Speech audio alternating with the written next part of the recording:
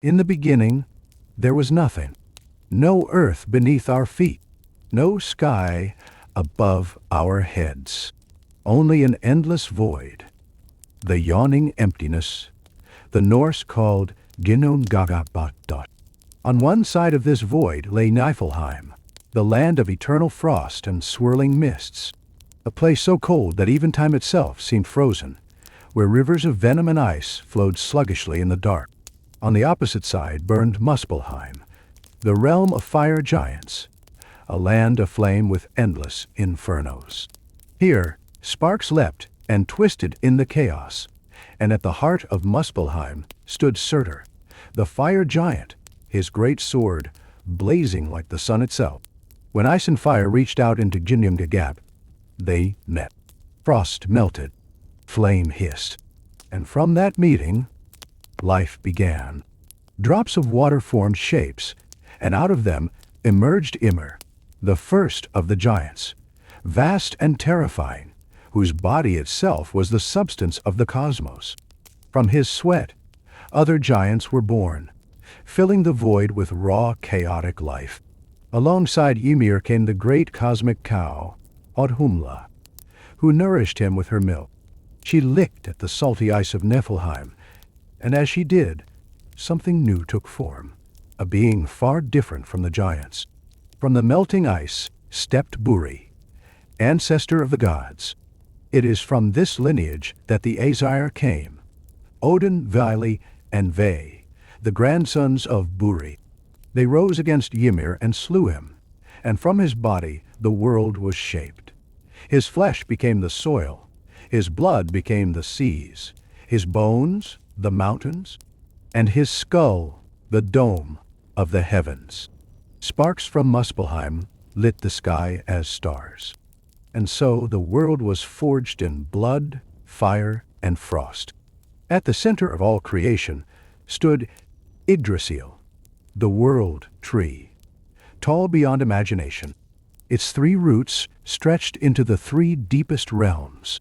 One to Asgard, the realm of the gods, one to Jotunheim, land of giants, and one to Niflheim, where the serpent Nidhogg gnawed at its root with endless hunger.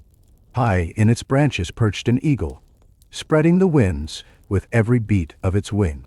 Between its eyes sat a hawk, and scrambling up and down its trunk was Ratatoskara, the gossiping squirrel, carrying insults between the eagle above and the serpent below. Even here, in the sacred tree of life, there was conflict, trickery, and the endless dance between order and chaos. Now imagine yourself standing in this world. Look upward. You see Asgard shining in the heights, connected to Midgard, the world of men, by a rainbow bridge called Bifrost. Its colors shimmer like fire and water combined, yet it is guarded fiercely by Heimdall, the watchman with eyes and ears so sharp he can see a leaf fall from miles away and hear the grass growing in the fields. The gods of Asgard walk this bridge, visiting Midgard below, sometimes to aid, sometimes to test, and sometimes to deceive.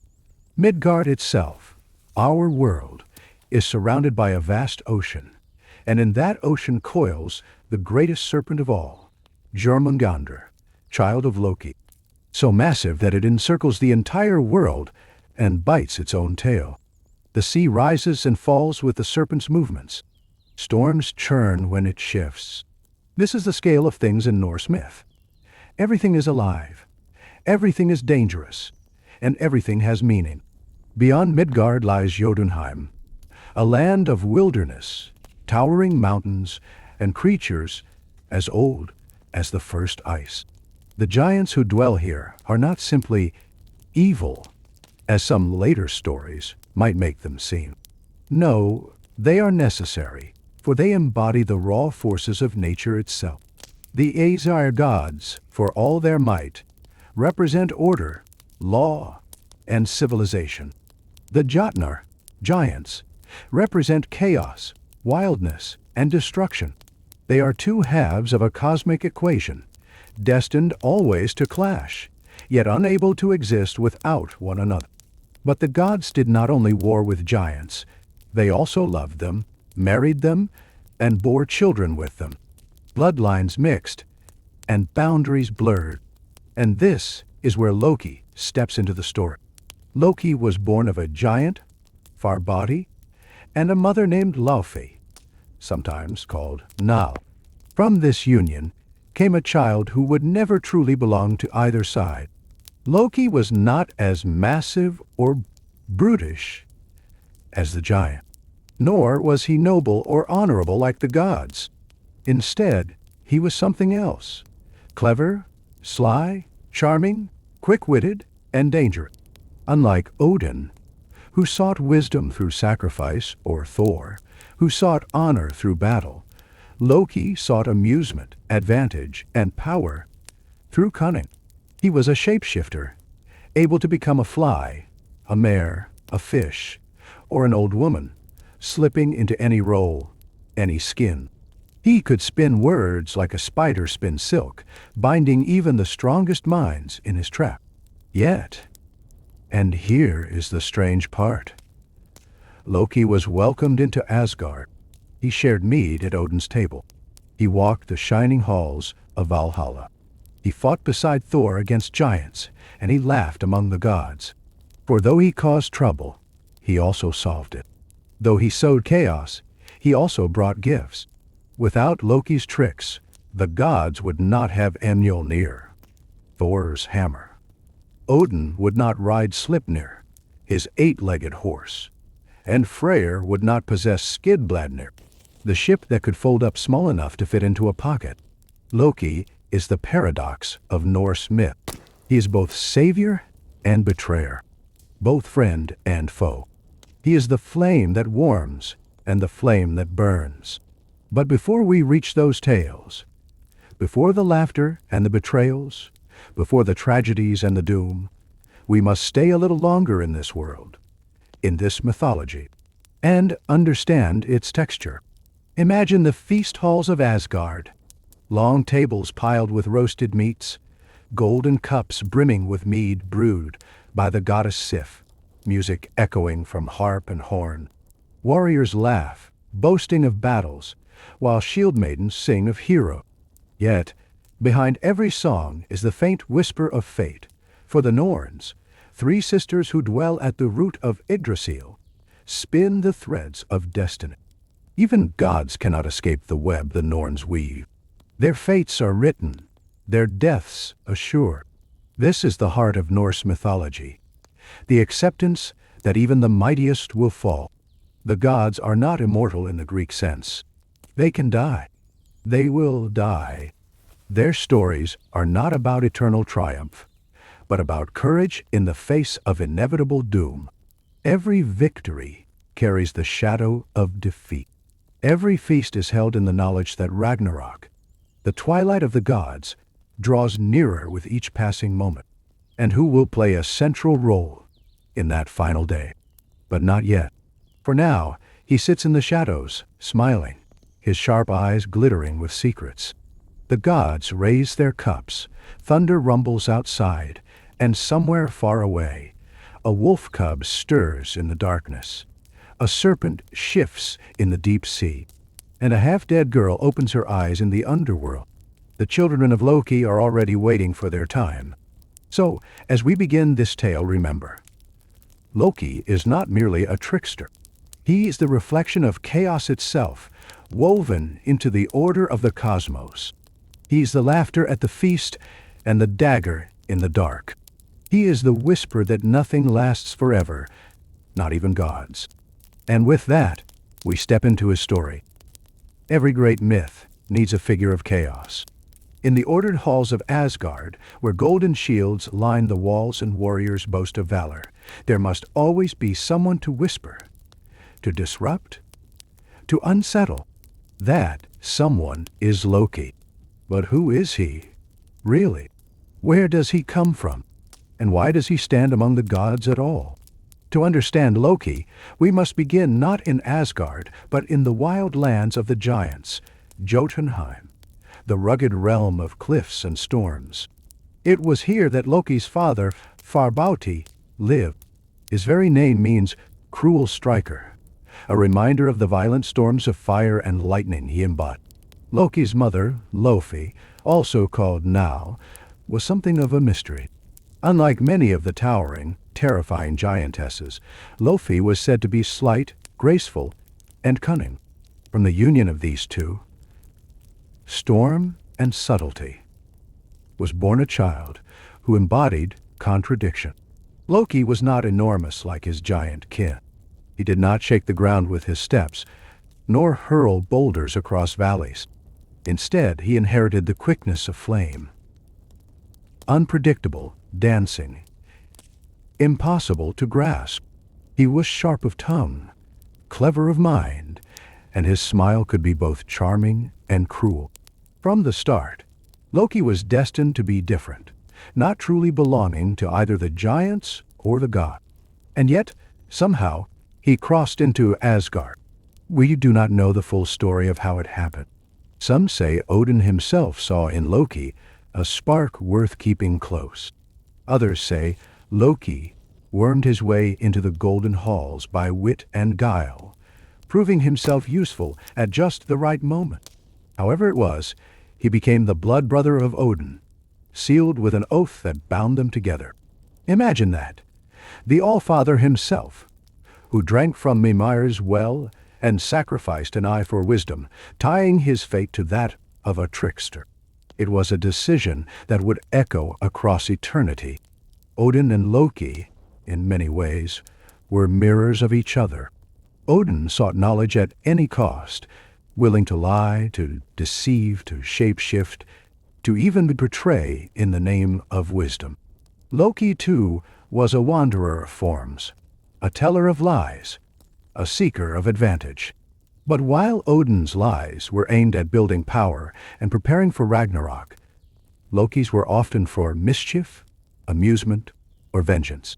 They were bound together, two sides of a cunning coin, one for the preservation of the cosmos, the other for its unraveling. Now, let us pause and picture Loki himself, as the poets once described him. His form was ever-shifting, yet when he stood in Asgard among the gods, he often appeared handsome, slender, with sharp cheekbones, fiery hair that glimmered like embers, and eyes that sparkled with secrets. His smile could melt into laughter or sharpen into mockery in an instant. He carried himself with an ease that contrasted with Thor's booming presence or Odin's solemn authority. Loki was the one who whispered a cutting jest during a feast, the one who nudged Thor toward trouble, the one who teased Frigg and even dared to insult Sif. But Loki was more than just a jester. He was a shapeshifter, able to slip between forms as easily as water slips through fingers. He could become a salmon leaping through rivers, a mare trotting through the fields, a fly buzzing in the hall, or an old woman bent and crooked with age. This was more than mere disguise. It was transformation, the ability to wear another skin so completely that even the gods could be fooled. With it came power, but also suspicion. Who could trust a man who could be anyone at any time? Despite this, Loki was essential to Asgard. He was the problem solver when no one else could untangle a mess. He was the bringer of treasures, often through schemes gone wrong. Without Loki's meddling, Thor would not have his hammer and Mjolnir. Odin would not ride his eight-legged horse Sleipnir, and Freyr would not have his magical ship Skidbladnir. Time and again, Loki caused disaster, and then cleaned it up in such a way that the gods were stronger for it. This, perhaps, is Loki's great paradox. He was the enemy and the ally, the ruin and the rescuer. In his laughter was both joy and venom. In his tricks, both gifts and curses. But to truly know Loki, we must also see his relationships. With Thor, Loki was like a mischievous brother. Together they traveled to Jotunheim, faced giants, and found themselves in one absurd adventure after another. Thor was strength. Loki was wit. Thor was hammer. Loki was tongue. Many of the funniest and most bizarre Norse tales come from this unlikely duo. Yet, beneath the humor was danger, because Thor's trust in Loki was not always rewarded. With Odin, Loki's bond was darker, deeper. Odin tolerated Loki, even protected him, for reasons not fully clear. Some say Odin foresaw that Loki's role was necessary, that chaos was needed to balance order. Others say Odin was blind to the danger, bound by his oath of blood brotherhood. Whatever the truth, their bond meant Loki could walk freely in Asgard long after he should have been cast out. With the goddesses, Loki was charming and cruel in equal measure. He mocked Sif for her golden hair, taunted Frigg with cutting words, and once even took the form of a handmaiden to stir trouble. Yet women, too, fell victim to his schemes, and bore his children, some of whom would become the greatest monsters of myth. This leads us to another aspect of Loki's nature, his legacy as a father. Unlike most gods, whose children were heroes, kings, or warriors, Loki's offspring were strange, dangerous, and fateful. With his faithful wife Sigyn, he fathered sons who would one day play a role in his punishment. With the giantess Angrboda, however, he fathered three beings that would shake the world: Fenrir the wolf, Jörmungandr the serpent, and Hel, the queen of the dead. What does it say of a man that even his children are destined to destroy the world? Yet we cannot reduce Loki to mere villainy. To call him only evil would be to misunderstand him. Loki was necessary. He was the reminder that order cannot exist without chaos, that stability cannot endure without change, that laughter can cut as deeply as sorrow. He was not a god of war, nor of love, nor of harvest, nor of wisdom. He was the god of the in-between, of the cracks, of the unexpected turn. And that is why he fascinates us still.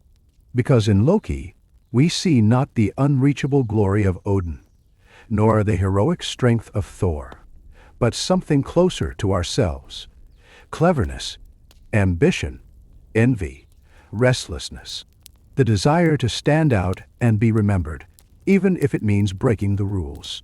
Picture again the feast hall of Asgard. The firelight flickers against shields and helmets. Mead flows. The gods are laughing. And there, at the far end of the table, sits Loki. He raises his cup with a sly grin, offering a toast that may be sincere, or may be a trap. His words sparkle, his stories enchant, and even as the gods laugh with him, they glance at one another with unease. For they know, with Loki, joy is always followed by sorrow, and every gift carries a hidden price.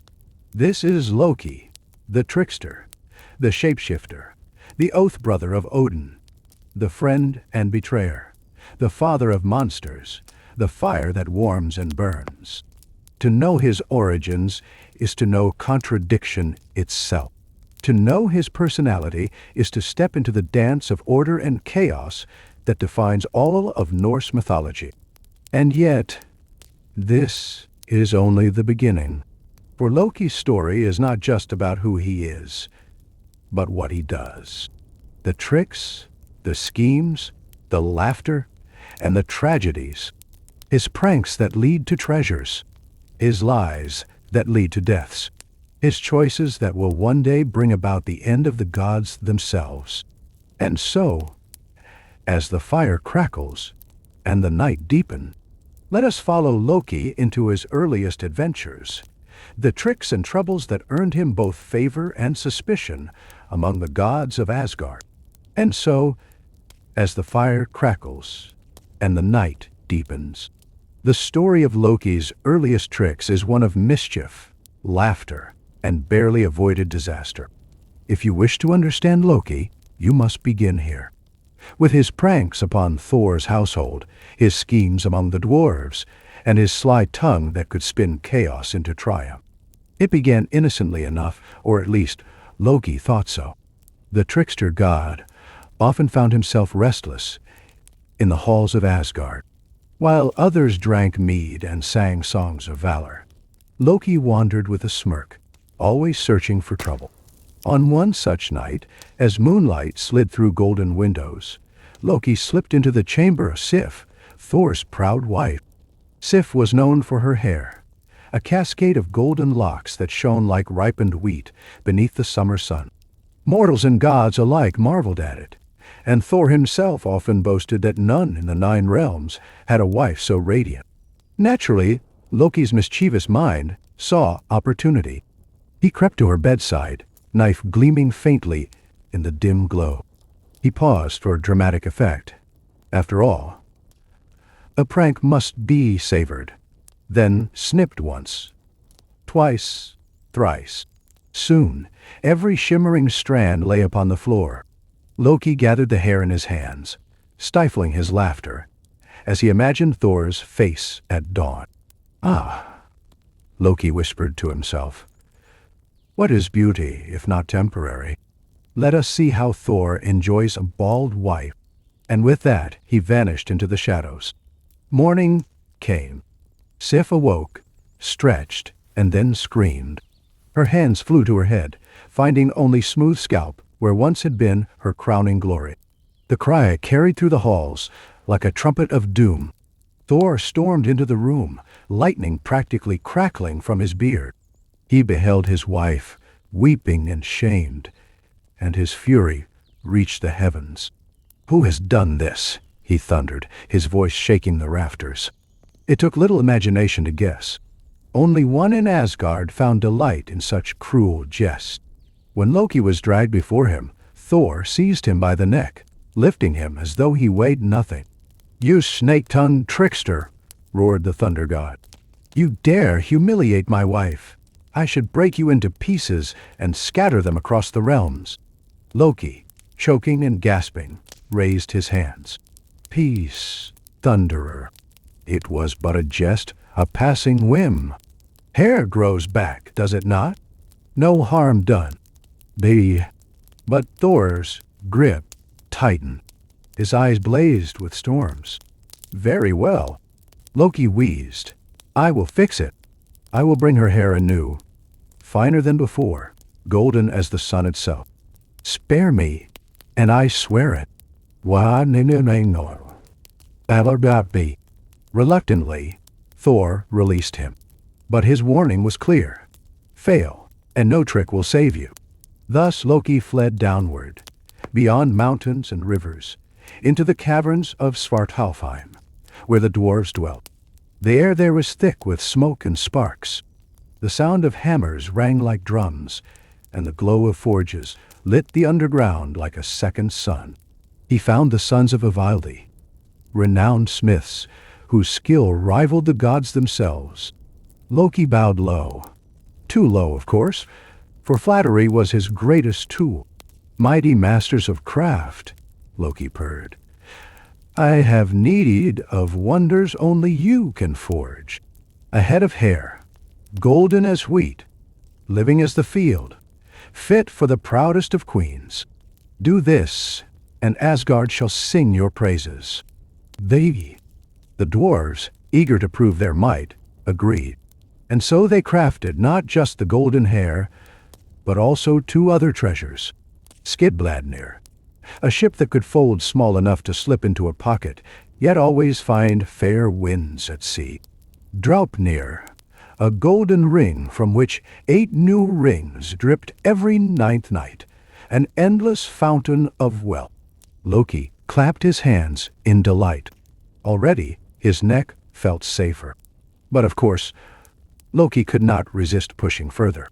Ever the gambler, Loki sought out Brokkr and Sindri, rival smiths of equal renown. "The sons of Ivaldi," Loki boasted, "have forged treasures beyond compare. Surely you could not match them." "No, I'll be." The dwarves scowled, pride stung. "We could do better." "Prove it," Loki challenged, "and wager your heads upon it." So the forge fires blazed once more. As Brokkr worked the bellows, Sindri laid treasures upon the anvil. Loki, desperate to meddle, transformed into a fly, buzzing around the workshop. He bit Brokkr's hand, his neck, his eyelid, anything to make him falter. But still, the dwarves endured. At last, their creations were done. Gullinbursty, a boar with bristles of gold that glowed in the dark and outran any steed. Draupnir anew, gleaming and pure. And most glorious of all, Mjolnir, the thunder hammer, short in handle due to Loki's interference, yet unmatched in might, able to crush mountains and summon light. Loki returned to Asgard, treasures in hand.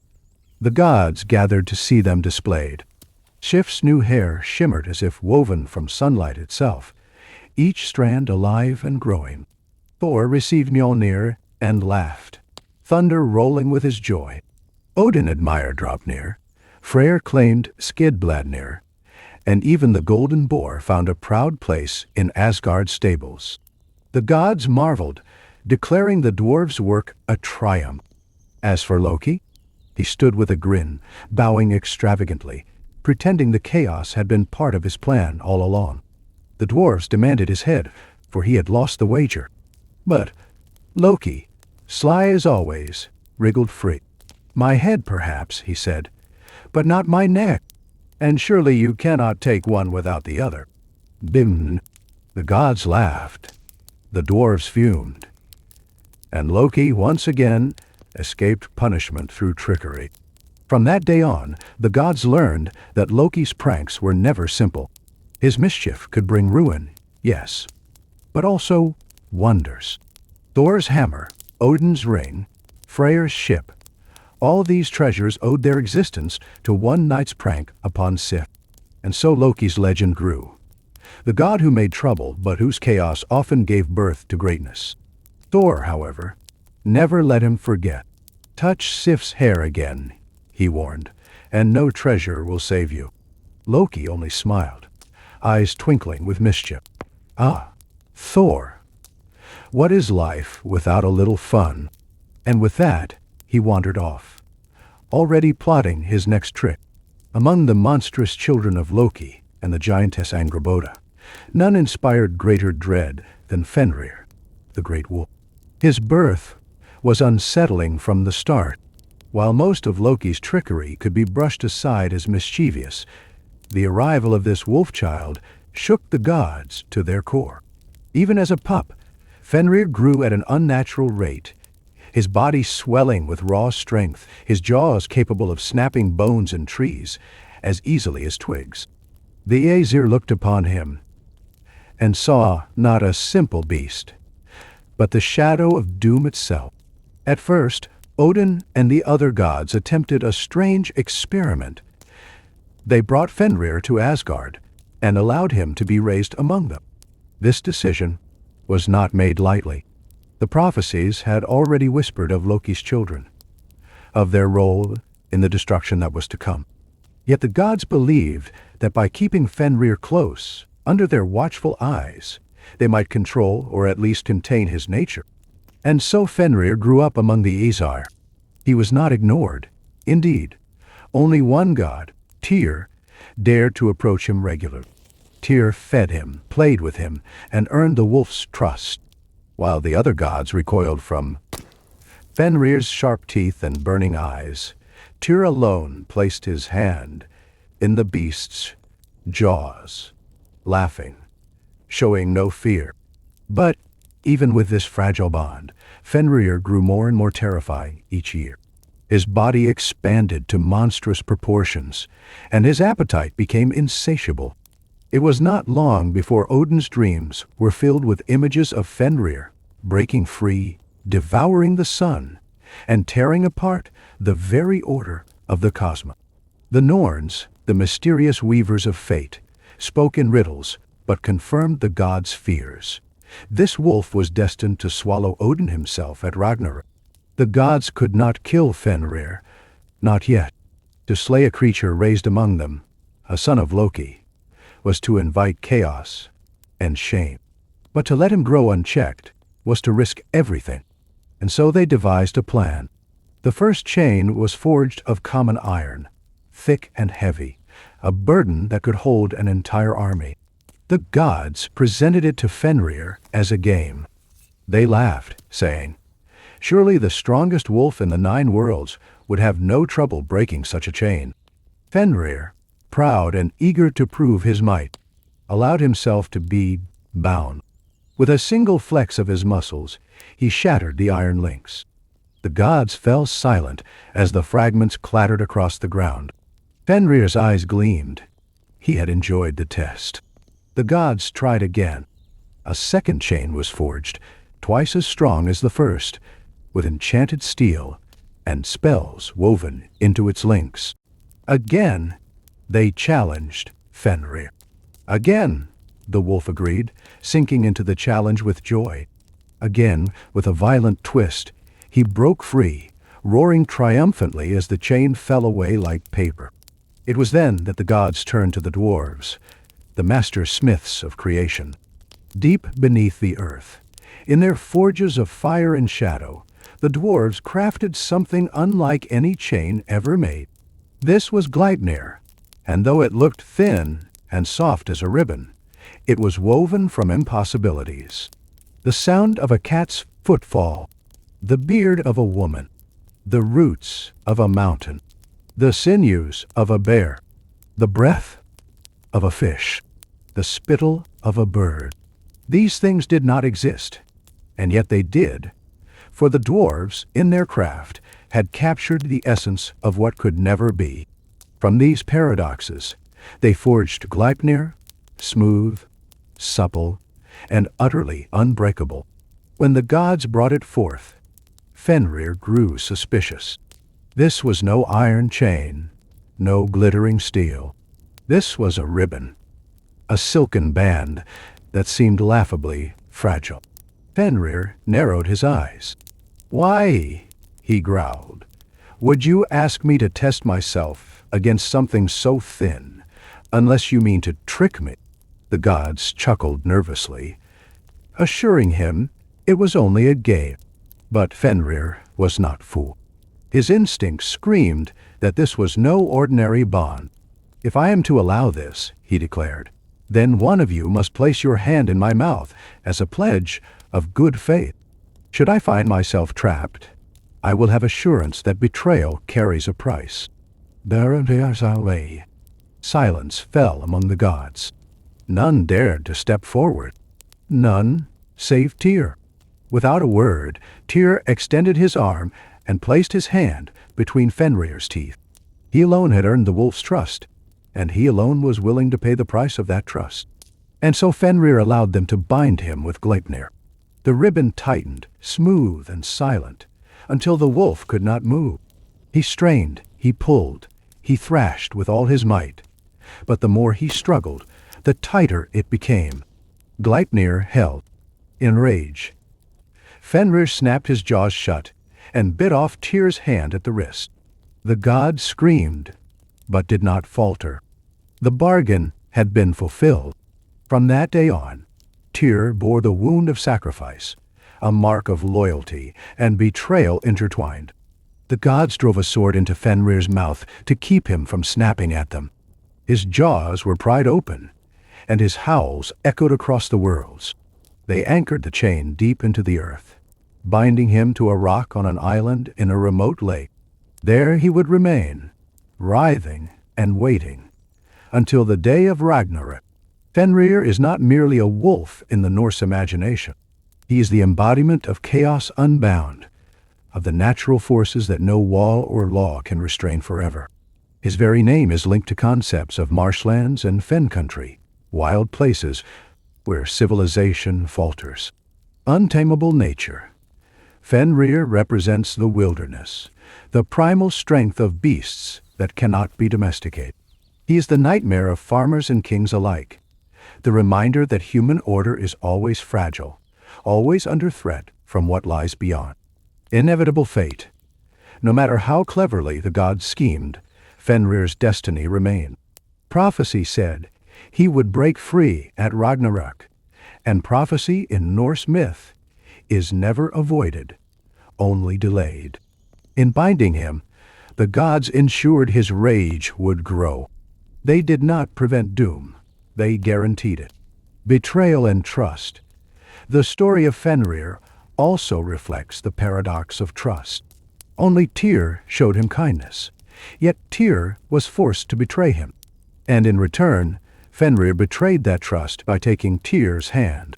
It is a cycle of faith and betrayal that echoes throughout human life. To trust is to risk pain, and yet without trust, no bond can exist. The shadow of Odin. Above all, Fenrir symbolizes the shadow side of Odin's rule. Odin seeks knowledge, order, and control. Yet his fate is to be devoured by the wolf he sought to restrain. Fenrir is the unanswerable consequence of power. Every empire, no matter how mighty, carries within it the seed of its own destruction. Bound though he was, Fenrir's story does not end in chains. At the twilight of the gods, when the world trembles and the sky cracks open, Gleipnir will finally snap. Freed at last, Fenrir will run rampant, his mouth gaping so wide that it stretches from the earth to the heavens. Flames will pour from his eyes and nostrils. He will join Loki, Jormungandr, and the legions of the dead in their march against the gods. And there, on the battlefield of Vigrid, Fenrir will meet Odin. The All-Father will charge into battle with spear in hand, but the wolf will swallow him whole.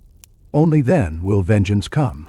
Odin's son, Vigar, will leap upon the beast, driving his foot into Fenrir's jaw, ripping it apart with godlike strength. The wolf will fall, but only after fulfilling his destiny. If Fenrir embodied the terror of land and wilderness, then Jormungandr, the second monstrous child of Loki and Angrboda, was the nightmare of the sea. From the moment of his birth, the gods knew he was not meant for Asgard or Midgard. He was a serpent so vast that even as a hatchling he coiled restlessly, his scales gleaming like iron, his hiss echoing with venom and storm. The Aesir shuddered at the sight of him. Odin, in particular, foresaw the horror he would bring. The seas boiling, ships crushed beneath his coils, and Thor locked in a death duel against the beast. To prevent this fate, Odin seized the serpent and hurled him into the deep waters that encircle Midgard. But at exile did not weaken Jormungandr. Quite the opposite. Cast into the cosmic ocean, he grew and grew and grew still further, until his body stretched across the entirety of the world. His coils encircled Midgard, the realm of humans, so completely that his own tail came to rest in his mouth.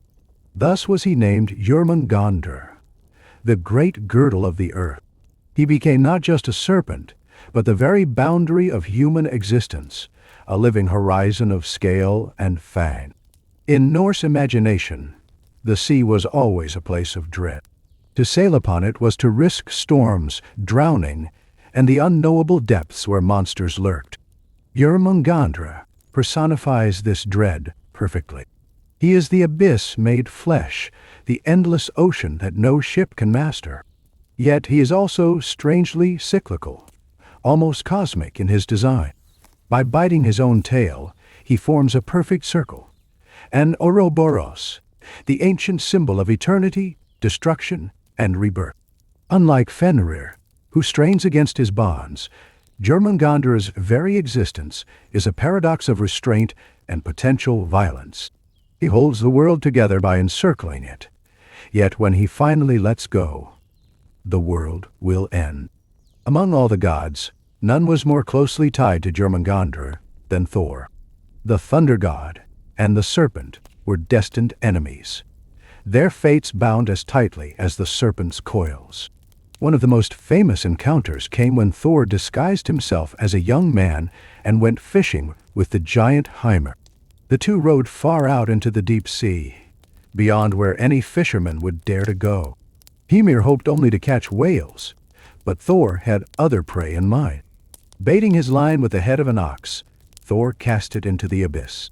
The waters grew still, then trembled. From the depths, Jormungandr stirred. His jaws closed around the bait, and suddenly the ocean erupted as the serpent rose. Thor heaved on the line with all his divine strength, pulling the serpent's head above the waves. Their eyes locked. Thunder and venom, storm and abyss. Thor raised his hammer, Mjolnir, ready to strike. In that moment, the sky split with lightning. The sea boiled, and the serpent writhed with such force that Midgard itself shook. But Hymir, terrified, cut the line. Jörmungandr slipped back into the deep, leaving Thor's blow unfinished. Both combatants survived, their fated duel postponed until Ragnarök. Another tale tells of Thor visiting the giant Utgard Loki, where he was mocked and tested with impossible challenges. One such challenge was to lift a cat. Thor, prideful, stepped forward and strained with all his might. The cat arched its back, higher and higher, until only one of its paws remained on the ground. The trick was revealed later. The cat was no cat at all, but Jörmungandr in disguise, shrunken by magic. Thor had nearly lifted the serpent of the world, a feat that bent the very laws of reality. The gods and giants marveled, for none but Thor could have come so close. These stories reinforce the connection. Thor is the storm, Jörmungandr is the sea, and their conflict is as eternal as the crashing of waves against thundercloud. Like Fenrir, Jörmungandr is more than a monster. He is an idea, a symbol that resonates deeply within the Norse worldview, the endless sea. For seafaring peoples, the ocean was both lifeline and grave.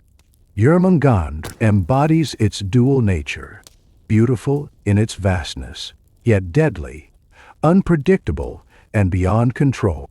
His encirclement of Midgard is both protection and prison. The Ouroboros, by biting his own tail, Jörmungandr represents cycles, life and death, beginning and end, destruction leading to renewal. This symbol predates Norse myth and appears in many cultures, but here it gains a violent edge. The cycle ends not in quiet rebirth, but in Ragnarök's cataclysm, the cosmic balance. Unlike Fenrir, who is openly hostile, Jörmungandr maintains a strange equilibrium. He does not constantly attack. He slumbers in the deep, holding the world together by his very existence. His eventual release, however, signals the breaking of all boundaries. Fear of the unknown. Perhaps most importantly, Jörmungandr embodies the human fear of the unseen. What lies beneath the surface? What forces lurk just out of sight? The serpent is the dread that sailors felt looking into dark waters, the knowledge that something vast, ancient, and hostile might be watching from below. The prophecies of Ragnarök are clear. Jörmungandr will rise when the end comes. The seas will boil as he thrashes free, floods will swallow the land, and poison will blacken the sky. And then Thor will meet him at last. Their duel will be the climax of cosmic struggle. Thor will strike with Mjolnir, breaking the serpent's skull and shattering the seas with the force of his blow. Yet victory will be hollow, for as Jörmungandr dies, he will spew his venom, and Thor will stagger only 9 steps before falling lifeless beside his foe. Theirs is not a battle of conquest or survival. It is a battle of inevitability, thunder and sea destroying each other in the final storm. In many ways, Jörmungandr is the most philosophical of Loki's children. Where Fenrir represents chaos breaking bonds, Jörmungandr is about cycles and inevitability. The serpent reminds us that every horizon has an end. Every boundary can be crossed, and every life is part of a larger cycle that must eventually close. For the Norse, who lived in constant dialogue with the sea, Jörmungandr's myth would have been painfully real. To sail beyond sight of land was to risk awakening the serpent, to tempt the abyss. To live was to accept that one day the circle would close. If Fenrir was the terror of the land and Jormungandr the nightmare of the sea, then Hel was the shadow that lingered over every human life. She was not the loudest, nor the most violent of Loki's children. She did not thrash against her bonds or shake the earth with her coils. Instead, she ruled with silence, inevitability, and the chill of endings. Born of Loki and the giantess Angrboda, Hel came into the world already marked by strangeness. Half of her body was alive, flesh-colored, strong, and youthful. The other half was cold and corpse-like, darkened, as though touched by rot and grave soil.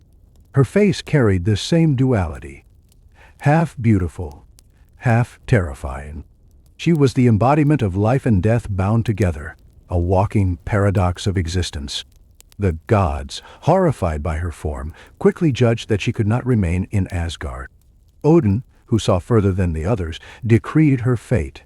Hel would be cast into the realm of Niflheim, the frozen land of mists and shadows, far beneath the roots of Yggdrasil. There, she was given dominion over the dead who did not fall in glorious battle. The place to which Hel was banished became her kingdom, known simply as Helheim or Hell. It was not a fiery hell of punishment, as later Christian imagery might suggest. Nor was it a paradise. It was a cold, gray land of quiet, where the souls of those who died of old age, sickness, or misfortune drifted after death. Those who perished bravely in battle were taken by the Valkyries to Odin's hall Valhalla, or to Freya's field Folkvangr. But the vast majority of human souls, farmers, mothers, children, craftsmen, were not warriors. They did not die with swords in hand. Their destination was Hel's realm. There, the dead existed in a muted reflection of life. They ate from the dish called hunger and drank from the cup famine. Hel's bed was named sickness and her threshold stumbling. All of these details reflect not fiery torment, but the bleakness and inevitability of death. And yet, Hel's realm was not without structure. She was not merely a passive ruler. The myths describe her as stern, authoritative, and unyielding. She received souls, judged them, and assigned them their place in her cold domain. In a world obsessed with valor and warriors' death, Hel's kingdom was a reminder that most lives end quietly, without glory, and that these souls, too, had a home. Hel's most famous role in the myths comes in the tale of Baldr's death, a tragedy that foreshadows Ragnarok. Baldr, beloved of all gods, dreamed of his own demise. To protect him, his mother Frigg extracted oaths from every being in the cosmos never to harm him.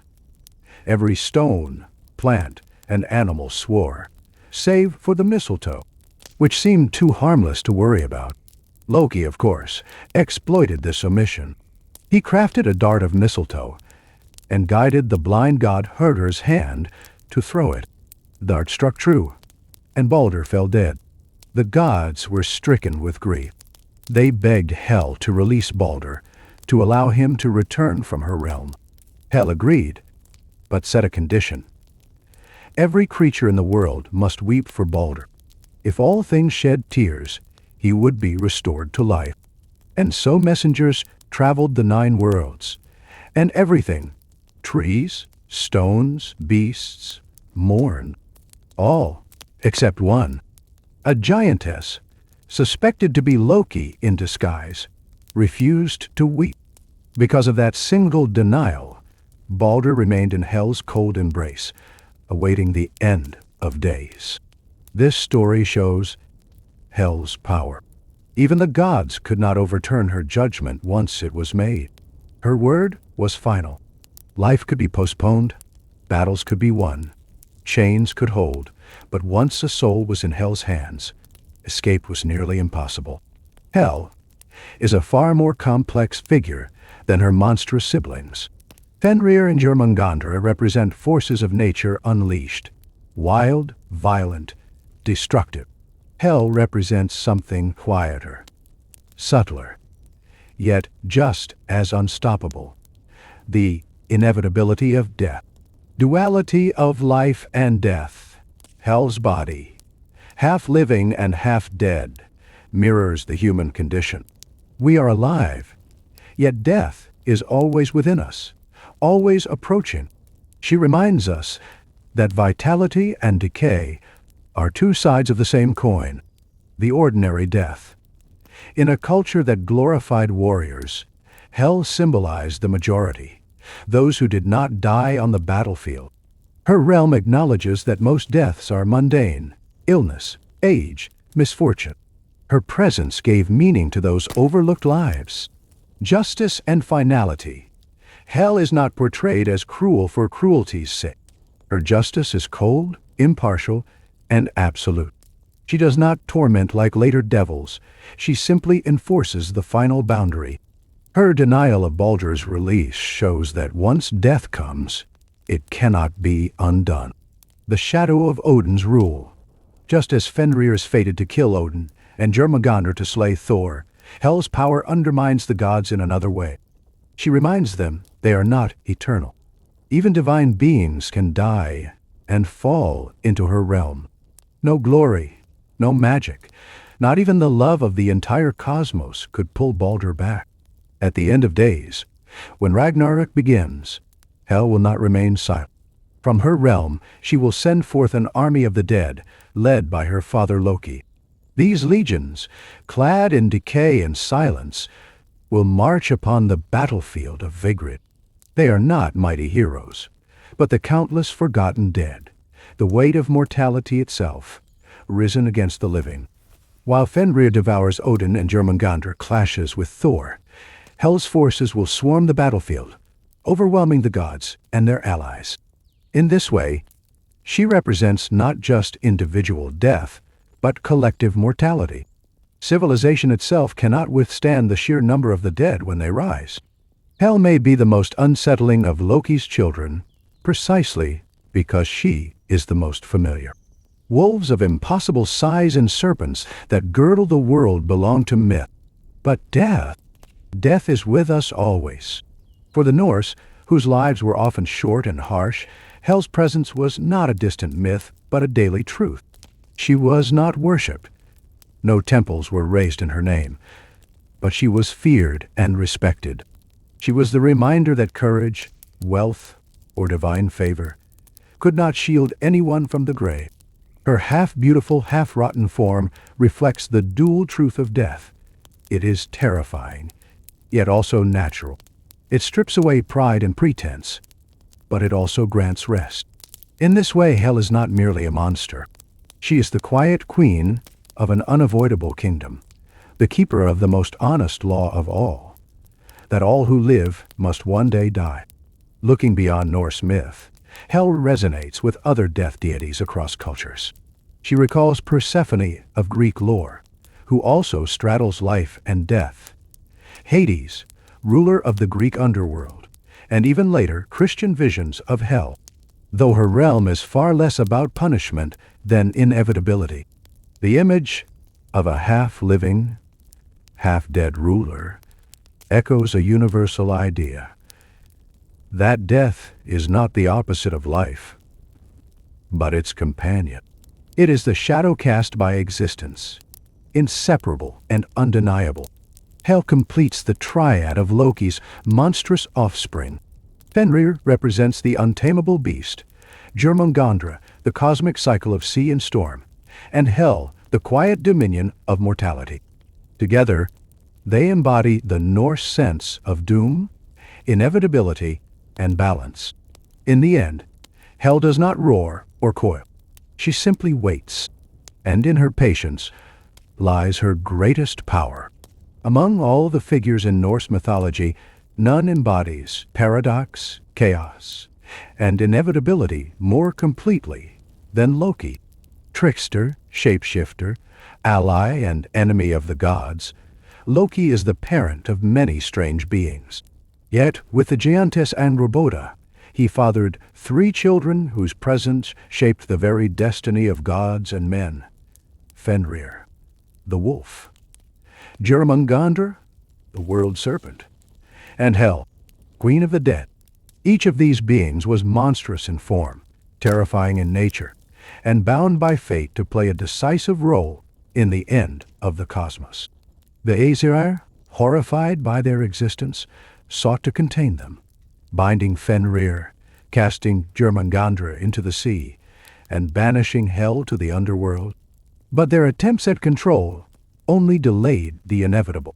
When Ragnarok comes, each child will rise, and the gods themselves will fall.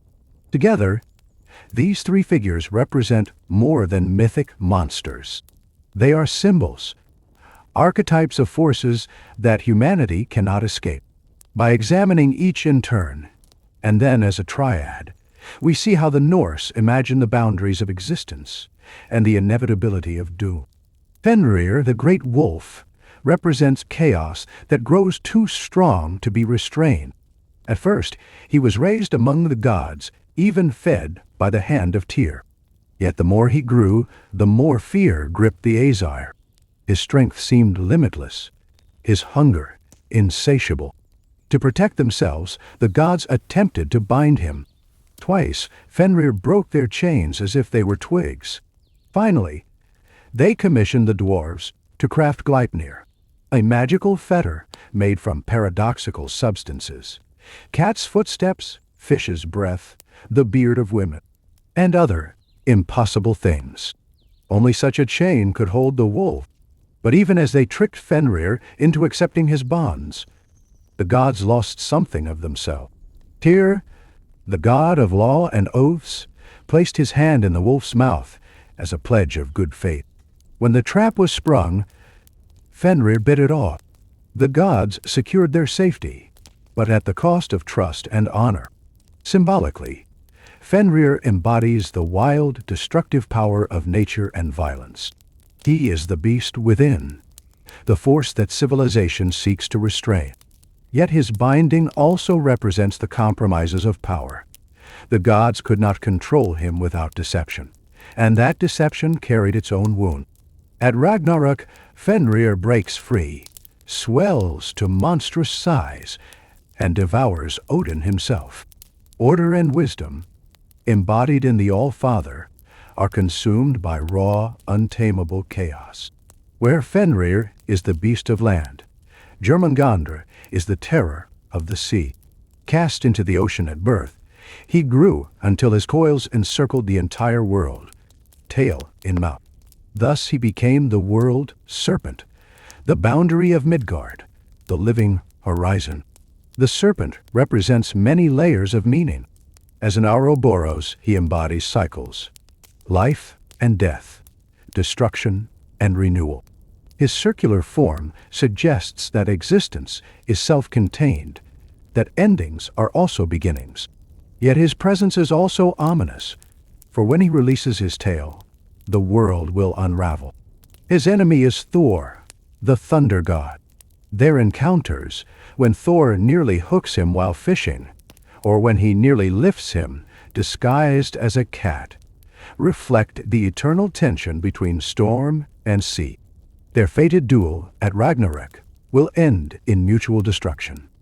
Thor kills Jörmungandr with Mjolnir, but staggers 9 steps before succumbing to the serpent's venom. Symbolically, Jörmungandr represents the unknown and uncontrollable forces of the cosmos, especially the sea, which gave life and death to seafaring peoples. He is not only a threat, but also a necessity. Without his encirclement, Midgard would not hold. He is balance and menace at once, a reminder that every boundary is temporary. Unlike her siblings, Hel does not roar or writhe. She rules quietly, half living and half dead, in her cold realm beneath the roots of Yggdrasil. Odin cast her into Niflheim, granting her dominion over those who died not in battle but of age, sickness, or misfortune. The vast majority of humanity. Her appearance, half beautiful, half corpse, perfectly reflects her symbolism. She embodies the inseparability of life and death. Every living face contains the shadow of its corpse. Every joy carries the certainty of ending. Unlike later visions of hell as a place of punishment, hell's realm was more neutral, even mundane. The dead there lived in shadows, feeding on hunger, drinking from famine. It was bleak, but it was orderly. Hell ruled sternly, and even the gods could not undo her decision. This is shown most clearly in the story of Balder. When the gods begged her to release the beloved son of Odin, she agreed only if all beings would weep for him. All did, save one, Loki, in disguise. Because of this, Balder remained with her, awaiting Ragnarok. Hell could not be swayed by grief, love, or even divine authority. Death is final. At Ragnarok, Hell will release her legions of the dead to join Loki and the giants in the final battle. If Fenrir represents chaos unleashed and Jörmungandr the cosmic storm, Hell represents mortality itself rising against the living. No sword can cut down such an enemy. Individually, each of Loki's monstrous children embodies a different aspect of inevitability. Together, they form a triad that defines the boundaries of existence. Fenrir, wild violence, the raw, unstoppable force of nature and chaos. He cannot be controlled without deceit, and he consumes even the gods of order. Jörmungandr, cosmic cycle. The horizon, the endless sea, the cycle of destruction and renewal. He binds the world until the moment he destroys it. Hell, death's dominion. The quiet, impartial finality that claims all lives, regardless of strength or glory. Seen together, these three are not merely Loki's children. They are archetypal forces: chaos, boundary, mortality. They remind us that no matter how strong the gods or humans may be, they are bound by forces beyond their control. Even the Aesir, who defeated giants and shaped the cosmos, could not erase these beings. They could only bind, cast away, or banish them. But banishment is not destruction. The wolf still waits, the serpent still coils, the queen still rules. The attempt to contain them mirrors humanity's attempt to deny the wild, the unknown, and death itself. Yet these things always return. From a philosophical standpoint, Loki's three children symbolize the Norse understanding of fate, word. Unlike some mythologies that allow for escape or transcendence, Norse cosmology is marked by inevitability. Ragnarok is not a possibility. It is certain. Fenrir, Jörmungandr, and Hel are the agents of this certainty. They show that even the gods cannot control the forces that underpin existence. Wisdom cannot prevent the wolf. Strength cannot overcome the serpent. Love cannot undo death. And yet, the Norse response was not despair. It was courage. Knowing that doom is certain, the gods still fight. Odin faces Fenrir. Thor faces Jörmungandr. And even though they fall, they do so with defiance. To live in the shadow of Fenrir, the coils of Jörmungandr, and the silence of Hel is to live with full knowledge of mortality, and to choose bravery anyway. The myths of Fenrir, Jörmungandr, and Hel are not simply stories of monsters. They are mirrors held up to human existence. Fenrir reminds us of the violence within and around us, the chaos that civilization forever struggles to restrain. Jörmungandr reflects the vast unknown, the cycles of nature, the storms that engulf human effort.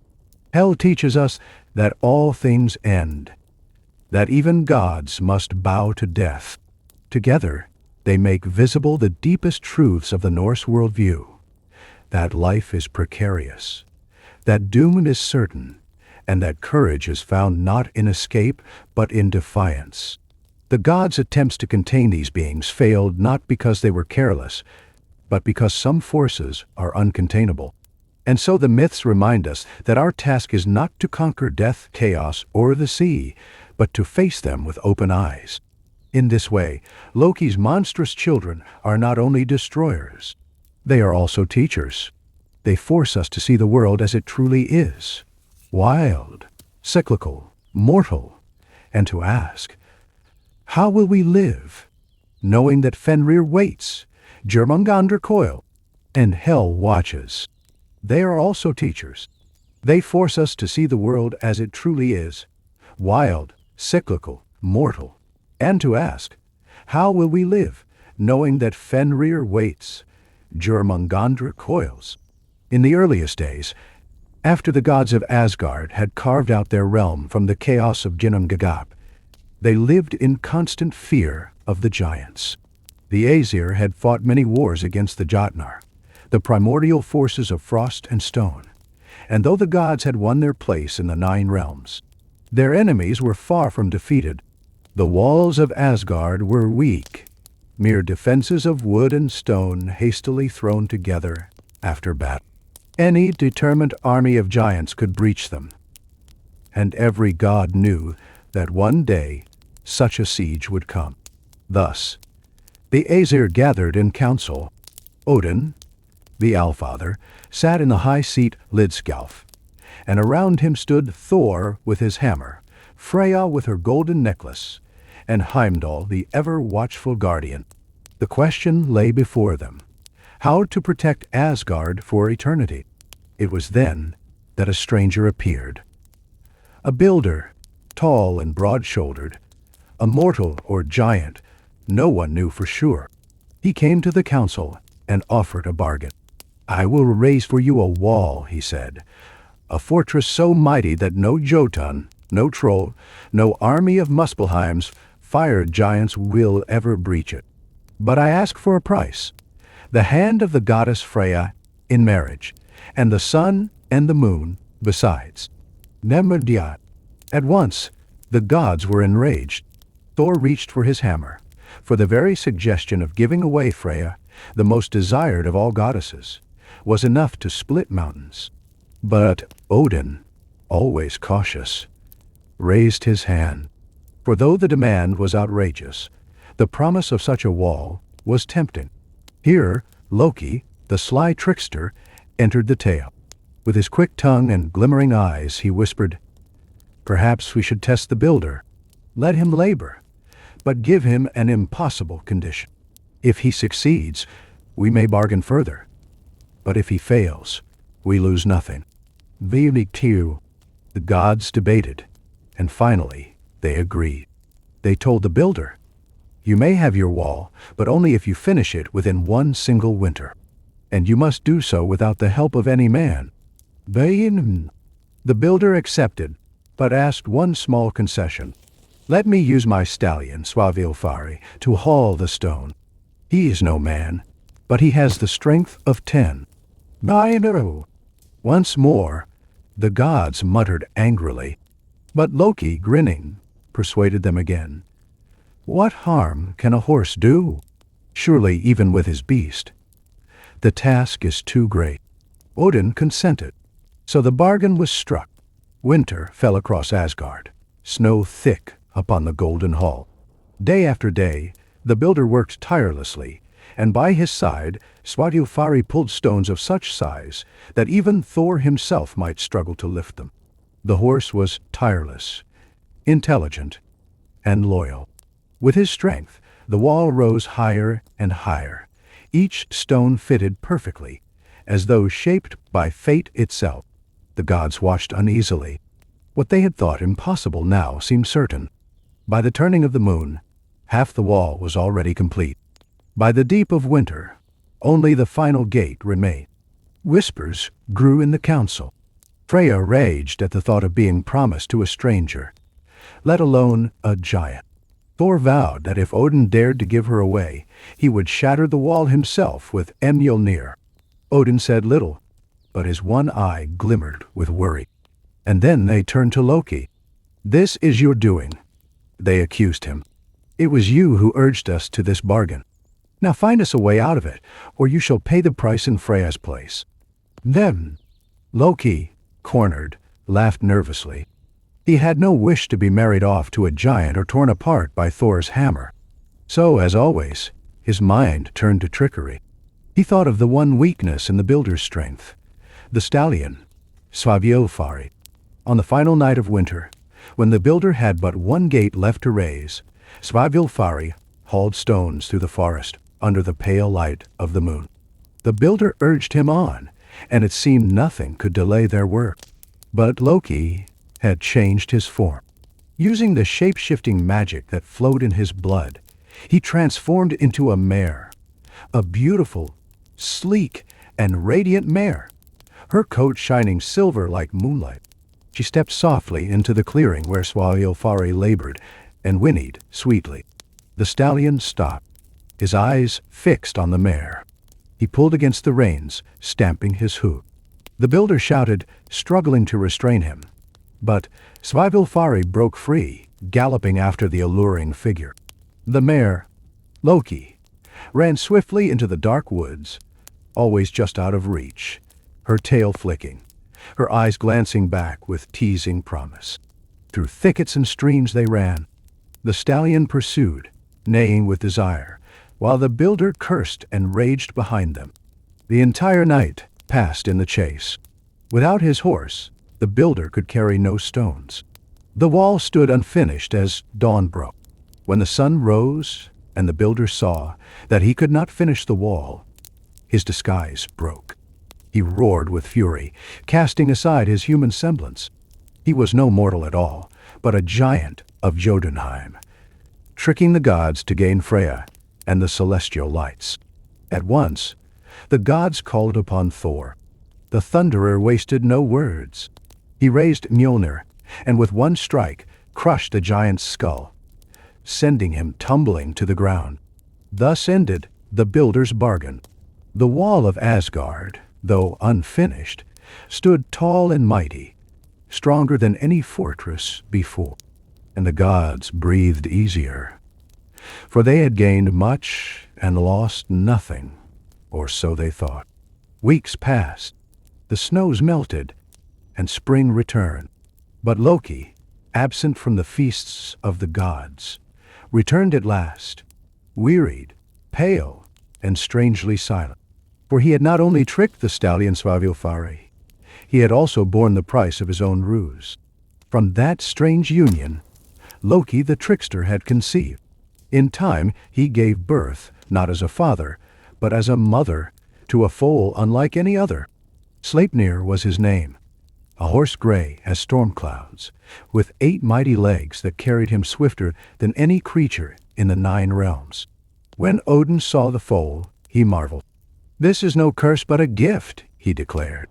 He took Sleipnir as his own steed, and ever after the Allfather rode him across the skies and the worlds, faster than the wind, even into the lands of the dead. Thus ended the tale of the Wall of Asgard. The gods had won a fortress that would protect them for ages, but at the cost of deception and blood. Loki had once again saved them through trickery, but also brought forth something unexpected. Sleipnir, the 8-legged horse, born of chaos, yet destined for greatness. In this story, Loki's role is double-edged. Without him, Asgard might have been forced to surrender Freya and the sun and moon. But because of him, deceit stained the hands of the gods, and he himself paid the strangest price of all. Sleipnir became a symbol of paradox, born from trickery and unnatural union, yet noble and loyal, carrying Odin on journeys no other could endure. In Sleipnir, the gods saw both the danger and the necessity of Loki's cunning, the strange fruit of chaos that sometimes yields wonders. Whenever the thunder rolled across the sky, and Odin rode forth in his majesty, Sleipnir's 8 legs struck the air like drumming hooves, faster than the storm itself. And in whispers, the gods remembered. He was the son of Loki, the trickster who could never be trusted, yet who again and again wove fate with his schemes. The Wall of Asgard stood for many years, but the story of its making was never forgotten.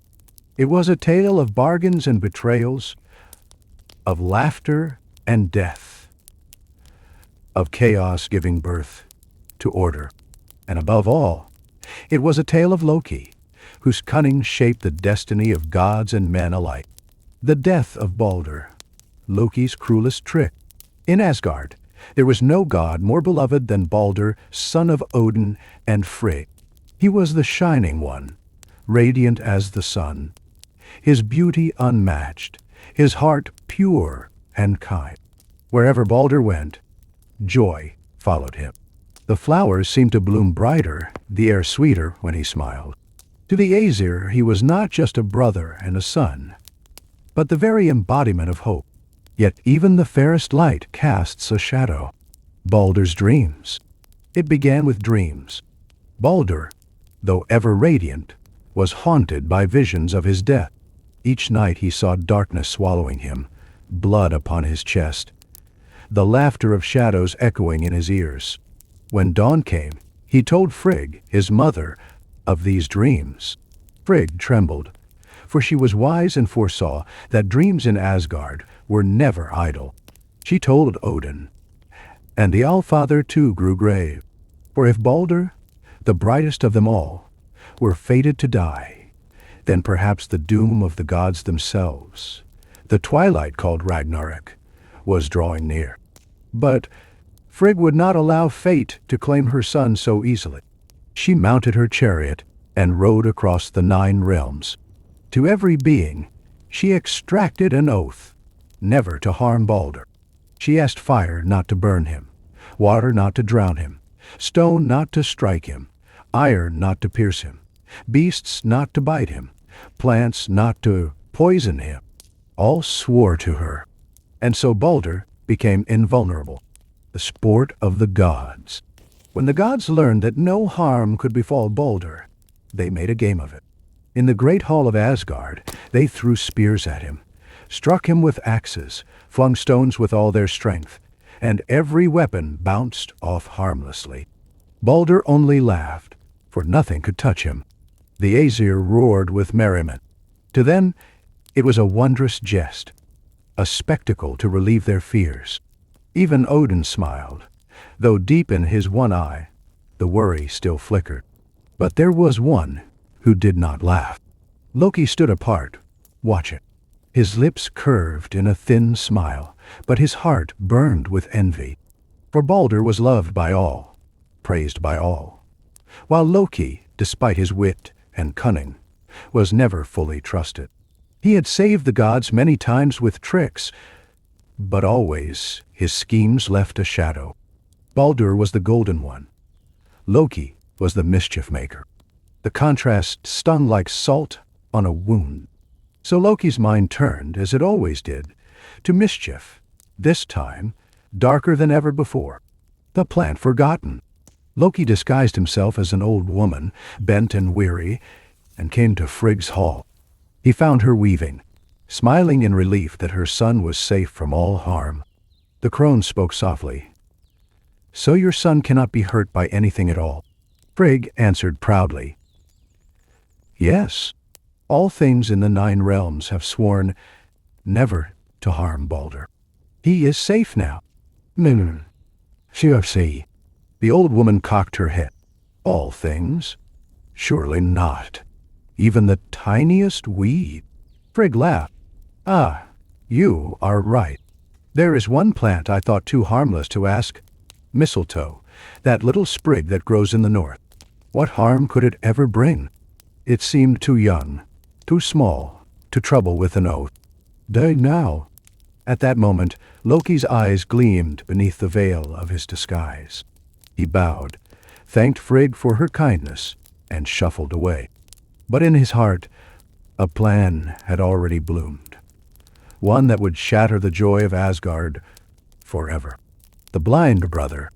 The next feast in Asgard was merry, as always. Once more, the gods gathered in Balder's hall, throwing weapons at him for sport, laughing as they bounced away harmlessly. Among them stood Hodr, Balder's twin brother. Unlike his radiant sibling, Hodr was blind. He sat apart, hearing the laughter but unable to join the game. Loki approached him quietly, placing a hand on his shoulder. "Why do you not join the sport, Hodr?" he whispered. "You know why," Hodder answered bitterly. I cannot see to aim. What pleasure would there be in missing my mark? Loki's voice was honey-sweet. But should you not also honor your brother? All strike at him, yet you alone are left out. Would you let him think you care less than the rest? Here, take this spear. I will guide your hand. Then you too may join in the game. Menunhur. Hodder hesitated. What is this spear? Only a branch, Loki said smoothly, cut from a young plant, harmless as a straw. Come, let me help you. Named Zan. Ho. And Hodder, blind and trusting, allowed Loki to place the shaft in his hands. The trickster guided his arm, aimed the spear, and whispered, Now, throw! The death of Balder. The hall rang with laughter as the spear left Hodder's hand. It flew across the room, straight and true, guided by Loki's malice. It struck Balder in the chest. But this was no harmless branch. It was mistletoe, the one thing in all the 9 realms that had sworn no oath to Frigg. The shaft pierced Balder's heart. The laughter of the gods died in an instant. Silence fell like a shroud. Balder staggered, eyes wide with shock, then fell lifeless to the floor. His radiance dimmed, his light snuffed out. A cry of grief tore from the throats of the Azar. Frigg fell to her knees, weeping. Odin bowed his head, his one eye wet with sorrow. Thor gripped Mjolnir, shaking with rage, and Hodder, blind and innocent, reached out in confusion, not knowing what he had done. Only Loki smiled, for in that moment he had brought low the brightest of the gods, and their joy had turned to despair. The aftermath, the death of Balder, was no mere tragedy. It was a wound in the heart of Asgard, for all knew that Balder was no ordinary god. His death was the first sign that Ragnarok, the end of all things, was drawing near. Odin sent messengers to Hel, the queen of the underworld, begging for Balder's release. Hel agreed on one condition, that every being in the 9 realms weep for Balder. If all shed tears, he would be returned. And all did weep, gods and men, beasts and stones. Even the trees shed dew-like tears. All but one, for Loki, disguised again, refused. He alone withheld his tears, and because of him, Balder remained in Hel's realm, never to return until the last battle at Ragnarok. Thus Loki's trick sealed Balder's fate, and with it, the fate of the gods. The turning point. Until this day, Loki had been a trickster, annoying, dangerous, but often useful. He had stolen, lied, and schemed, but somehow always wriggled back into the gods' favor. But with Balder's death, all trust was broken. The Aesir no longer saw him as the mischievous companion. Now he was the traitor, the shadow among them, the one whose envy and malice had doomed their beloved brother. The laughter of Loki, once tolerated, now sounded cruel. His wit, once entertaining, was now poison. In killing Balder, even indirectly, Loki had crossed the line from playful deceiver to enemy of Asgard. And from this point on, the gods began to plan for the day when Loki would betray them further. Symbolism of Balder's death. The tale is not merely myth, but meaning. Baldur, the Shining One, represents innocence, joy, and hope. His invulnerability shows the illusion that purity can be protected from the world.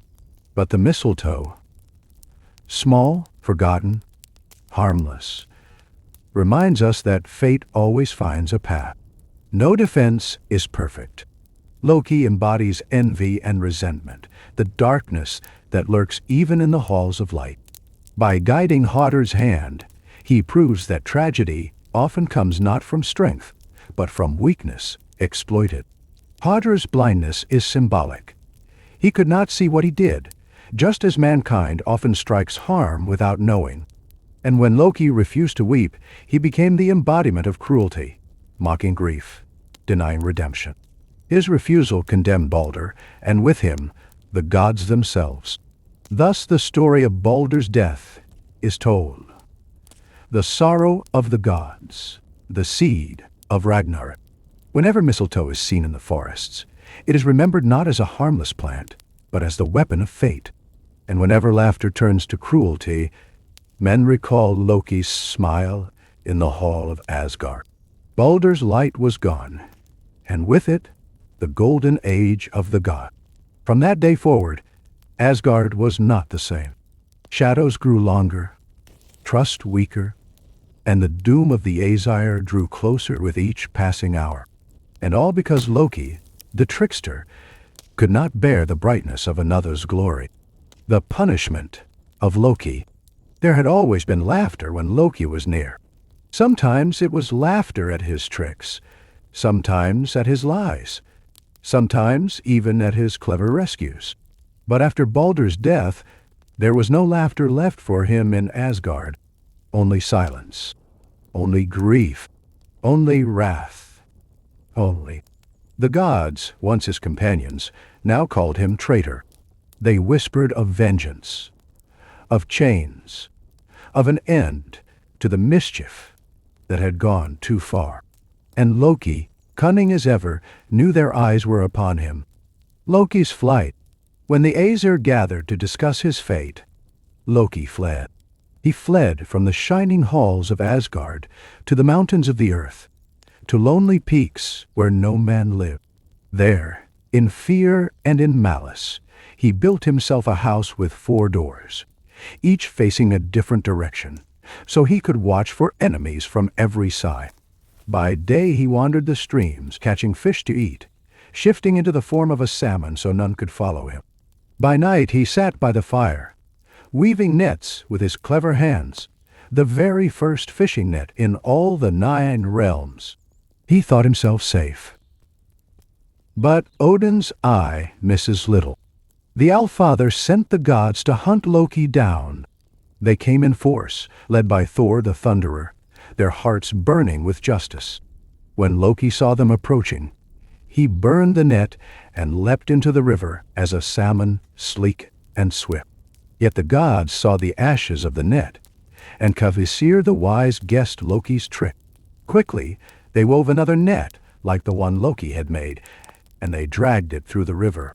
3 times they swept it, and the 3rd time Thor stood waiting with his mighty hands outstretched. When Loki leapt, Thor caught him by the tail. Loki writhed and thrashed, but Thor's grip was unbreakable, and so they dragged Loki, wriggling like a fish, out of the water and into chains. Even today, men say, that is why the salmon's tail is narrow, shaped by Thor's hand when he seized the trickster god. The judgment. The Aesir brought Loki before them in chains. The gods' faces were grim, their eyes filled with the memory of Balder lying lifeless on the floor. "You betrayed us," Odin said, his voice heavy with sorrow. "You brought death into our hall. You mocked our grief. You denied Balder's return. For all this, you will pay." Darn. Thor lifted Mjolnir, eager to crush Loki's skull, but Odin raised his hand. "Not death," the Allfather decreed, "for death is mercy. No, Loki shall live, and in living he shall suffer." And so the gods judged him. The fate of Loki's sons. First, they turned to his children, for Loki had fathered many, and not all of them were human. With Sigyn, his loyal wife, he had borne 2 sons, Vali and Narfi. The gods seized them, and their judgment was cruel. Vali they transformed into a wolf, wild and raging. Maddened, he turned upon his brother Narfi, tore him apart, and spilled his entrails upon the ground. The gods took those entrails, bloody and steaming, and used them to bind Loki himself. This was their sentence: that a father would be chained by the very bowels of his child, a bond of blood and horror, unbreakable as iron. The cave of punishment. Far from the shining halls of Asgard, they dragged Loki into the dark heart of the earth, to a cavern deep and cold. There they stretched him upon 3 great stones. One stone they placed beneath his shoulders, one beneath his loins, and one beneath his knees. Upon these the gods fastened him with the entrails of his son, and when the bonds were secured, they hardened like iron. No mortal chain, no divine strength could ever break them. But the gods were not done. Above Loki, they hung a venomous serpent, its fangs dripping with black poison. From its mouth, the drops fell, slow and steady, down toward his face. Sigyn, his wife, though torn with grief for her sons, did not abandon him. She took a bowl in her hands and stood by his side. Drop by drop, she caught the venom before it could strike him, shielding her husband from the worst of the pain. But the bowl could not hold the venom forever, and when it grew full, Sigyn was forced to turn away to empty it. In that moment, while she was gone, the drops fell freely upon Loki's face. The poison seared his skin, burned into his eyes, set his flesh aflame with torment. Loki screamed and writhed against his bonds, his body convulsing in agony. So great were his shudders that the very earth shook. Men upon the surface felt the ground tremble beneath their feet, and they called it an earthquake. Thus it is said, every quake upon the earth is Loki's pain, his writhing beneath the dripping serpent. The endless torment, this was Loki's fate, to lie bound in darkness, his son's entrails cutting into his flesh, the venom dripping endlessly upon him. No death, no release, only pain without end. His laughter, once quick and sharp, was silenced. His smile, once sly, was twisted into a grimace of agony. And yet, his eyes still burned with hatred. For though Loki suffered, though he screamed and shook the earth, in his heart he still plotted vengeance. He blamed the gods not only for his chains, but for all his sorrows, for the scorn they had given him, for the loneliness he felt among them, for the doom they had laid upon his monstrous children. The wolf Fenrir bound, the serpent Jormungandr cast into the sea, the daughter Hel banished to the underworld. Every drop of venom fed his wrath. Every quake was a promise that when the day came, he would break free. The shadow of Ragnarok. And indeed, prophecy had spoken it. At Ragnarok, the twilight of the gods, the earth would split, the seas would rise, the heavens would fall. On that day, Loki's chains would shatter, and he would stand once more among the gods, not as their jester, not as their companion, but as their enemy. He would lead the giants against Asgard, helm the ship Naglfar, built from the nails of the dead, and march beside his children.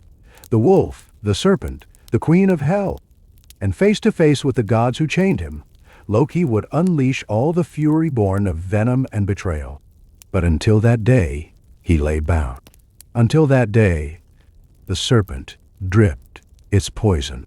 Until that day, Sigyn bent over him, loyal even in despair, her bowl trembling in her hands. And the earth shook with his suffering. Symbolism of Loki's punishment. The tale of Loki's binding is heavy with meaning. It shows that even among gods, betrayal cannot be forgiven. Where death would have been release, punishment was eternal. The entrails of his son represent the destruction of family and loyalty. Loki's own household twisted against him, just as he twisted Asgard. The serpent's venom is the poison of lies, dripping endlessly, as Loki's own words had poisoned trust among the gods. His writhing is the chaos he always embodied, shaking the very foundations of the world. Sigyn's presence is a note of tragic love, a wife so loyal that even as her children were slain, she stood by her husband, protecting him. She cannot save him, only lessen his pain for a moment. But even that defiance against despair is remembered. And Loki's hatred is the seed of Ragnarok, for his punishment does not end him. It only prepares him for the final war. Thus the gods bound Loki in darkness, chained by blood, tormented by venom, guarded only by his wife's love. Centuries passed, yet still he lay beneath the earth, trembling, screaming, waiting. Men feel his pain in the shaking ground, hear his rage in the rumble of the mountains, and fear the day when the bonds will break. For Loki's punishment was not only a sentence, it was a promise that one day suffering would turn to vengeance, and the laughter of the trickster would echo again, this time in the ruin of the world. Loki unbound. The march to Ragnarok. The cavern that had once been Loki's eternal tomb groaned with the weight of prophecy.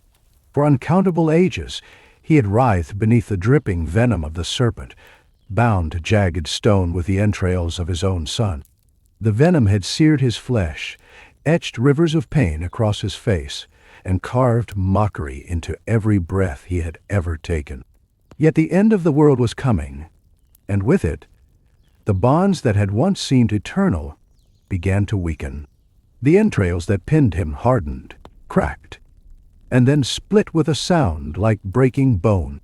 The serpent above hissed one last hateful breath before slithering into the shadows, as if even it knew that its purpose had been fulfilled. Loki rose. His body trembled with the weight of torment, yet within his eyes burned the fever-bright fire of vengeance. His skin bore scars that would never fade. His hair hung tangled and clotted with venom, yet his presence was undeniable, towering, dreadful, magnetic. Every step he took shook the cavern floor, not with strength, but with inevitability. What the Aesir had thought to destroy, they had only reforged. His agony had become armor. His hatred had become weapon. Above the cavern, the world itself had begun to unravel. The sky cracked as if struck by a god's hammer. The sun darkened, its light gnawed away by wolves that hunted across the heavens. Stars fell like embers from a dying fire, trailing sparks into seas that churned with unnatural tides. The earth quaked, splitting into wounds that spewed smoke and fire. Men and beasts alike felt a chill that pierced deeper than flesh, the dread of the end, the doom of all things. It was not imagination. It was prophecy fulfilled. And Loki, climbing from the abyss of his punishment, laughed. It was not the sharp, mischievous laughter that had once echoed in Asgard's golden halls. It was lower, colder, and heavy with triumph. This was not the laughter of a jester, but the cry of a commander. The doom he had so long whispered in riddles and half-truths was no longer distant. It was here. It was now. At the edge of the storm-tossed sea, the ship awaited. Naglfar. For centuries it had grown in secret, piece by grotesque piece. Each nail of the dead added to its hull, until it became a vessel vast enough to carry the armies of the end. Its planks were pale as corpses, its sails woven from shadows, and its masts stretched like skeletal fingers into the storm. The sea boiled around it, for the Midgard serpent stirred beneath, lifting waves like mountains, tossing Naglfar forward as if eager to carry its master into war.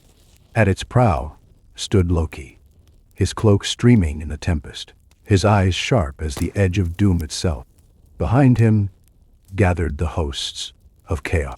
From Jotunheim came the frost giants, taller than towers, their breath a freezing wind that crystallized the air, their weapons hewn from the bones of ancient glaciers. From Hel's dark domain came the legions of the dead, their hollow eyes gleaming with pale fire, their shields clattering like a storm of bones. They marched in silence, for they no longer had voices. Yet their presence chilled even the ocean's roar. But most dreadful of all were Loki's children. Fenrir, the wolf of prophecy, who had once been bound in chains forged by dwarves, now burst free. His jaws gaped so wide they seemed to swallow the horizon, and every step he took left craters in the earth. His breath was a gale of blood and death, his eyes orbs of endless hunger. Jormungandr, the Midgard serpent, uncoiled from the depths of the sea, waves crashing against its endless coils, venom streaming from its fangs into the water, turning oceans black. Its hiss rose above the storm like a trumpet of doom, and towering beyond them all was Surtur, the fire giant, his beard a river of flame, his eyes two burning coals, his hand gripping a sword so vast and bright it outshone the sun. Wherever he strode, forests ignited, mountains cracked, and rivers boiled away to steam. He did not march for Loki alone. He marched because destiny called him to burn the world. The 9 realms quivered at this advancing tide. Wolves hunted the moon until its light flickered. The seas rose higher than cliffs, drowning coasts and shattering ships. Earth split open, swallowing villages whole. The sky itself seemed to sag beneath the weight of fire and darkness. And at the head of this monstrous host stood Loki, no longer trickster, no longer jester, but warlord and herald of annihilation. His voice, once playful and mocking, now thundered like the command of a general. Forward, to Asgard, to the end, Baal. And so they came. Naglfar's sails swelled with the breath of the storm, carrying it faster than the fastest horse. Waves the size of mountains crashed against its sides, yet the ship did not falter. Giants waded through the surf beside it, their spears raised like forests of ice. Above them, vultures wheeled, feeding on the dread of the living before feasting on their corpses. And far in the distance, the golden walls of Asgard gleamed faintly, like a beacon soon to be extinguished. The gods watched. From the high halls, Odin saw the fleet approach, his single eye hard as stone. Thor gripped Mjolnir until lightning crawled across his arm. Freya wept in silence, knowing love and beauty could not survive what was coming. And Heimdall, guardian of the Bifrost, raised Gjallarhorn to his lips. The sound he blew was not merely a horn. It was the scream of the universe itself. It rang across all 9 realms, shaking the roots of Yggdrasil, waking the warriors of Valhalla, calling every god to arms. Its echo reached Loki, but he did not flinch. He tilted his head, listening as though savoring the music of destiny. Then he smiled, a smile jagged as broken glass. His vengeance was complete. The world that had mocked him, chained him, tortured him, would now burn by his hand.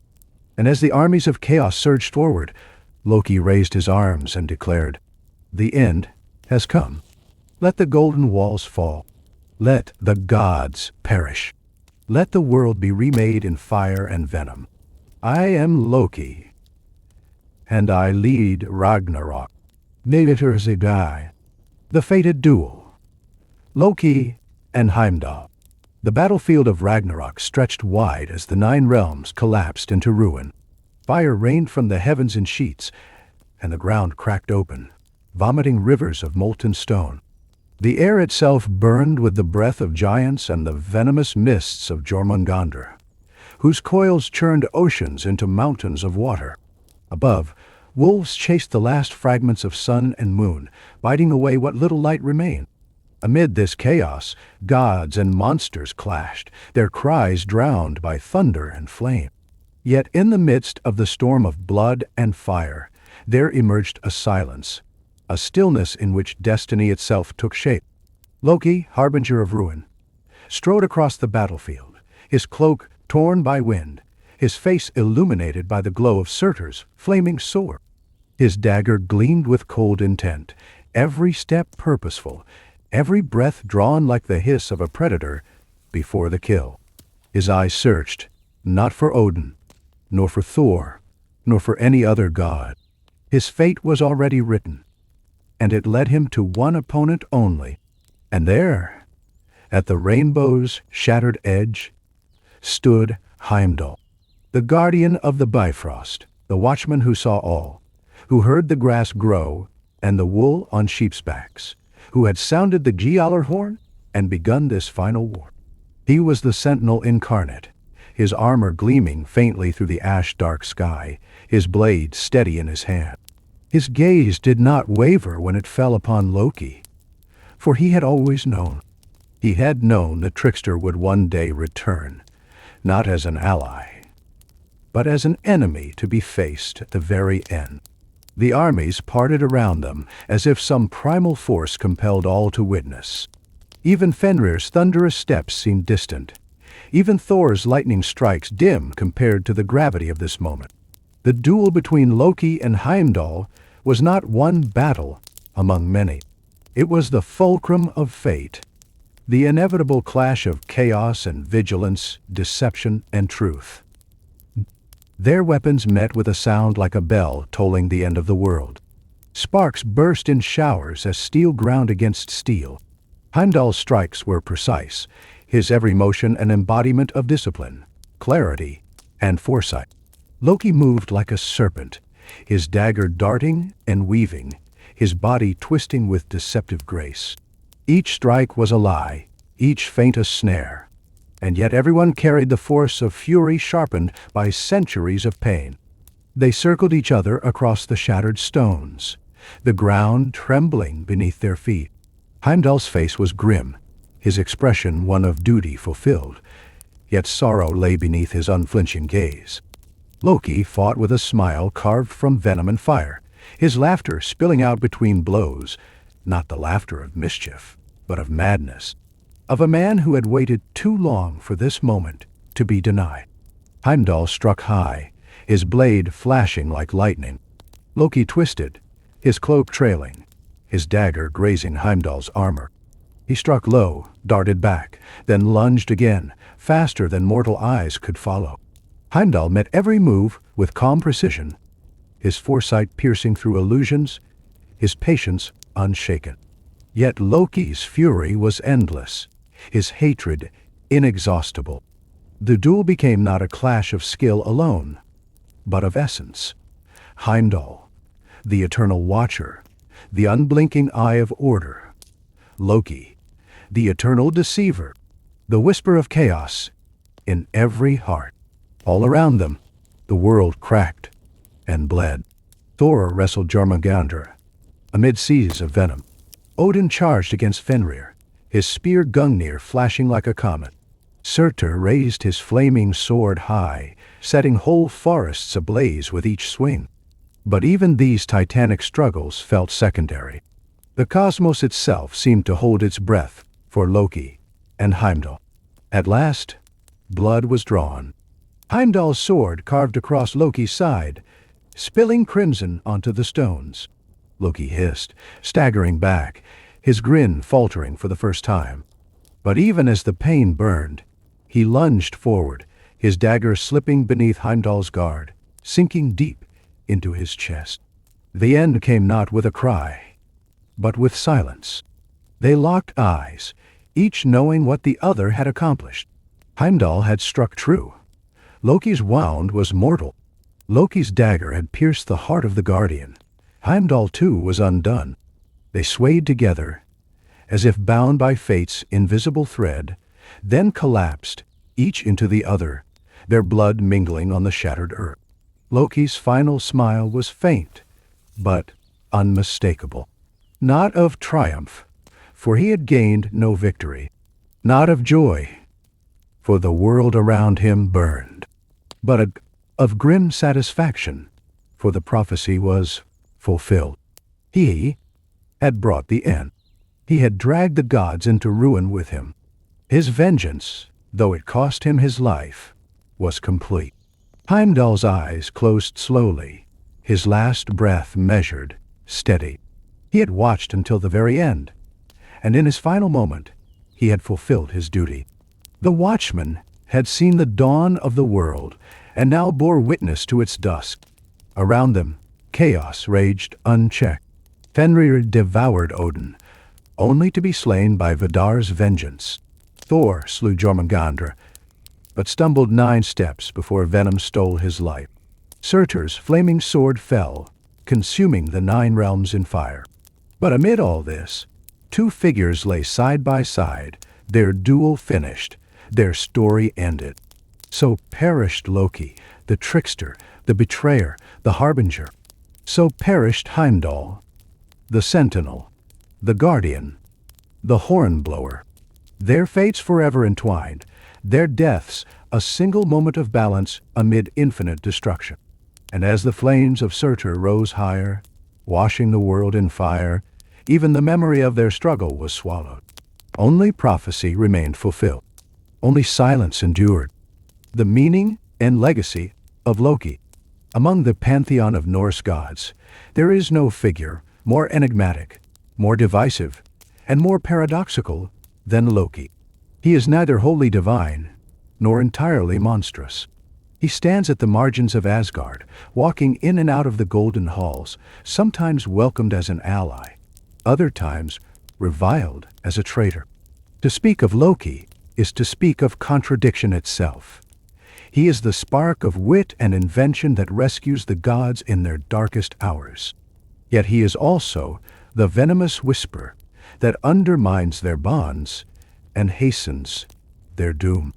Loki is laughter and terror combined, creation and destruction, bound together in a single restless spirit. The Norse worldview, unlike many later religious systems, did not imagine the universe as a stable, eternal harmony.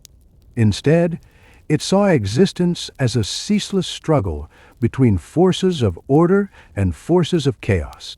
The gods themselves, Odin, Thor, Freyr, and the others, were not immortal in the sense of invulnerability. They knew from the beginning that they were fated to die at Ragnarok, and that even their greatest triumphs would crumble in the face of cosmic destiny. Loki embodies this grim awareness. He is not merely a mischievous trickster who plays pranks for amusement. He is the living embodiment of entropy, of the necessary dissolution that allows something new to arise. In the myths, Loki often appears as a rescuer.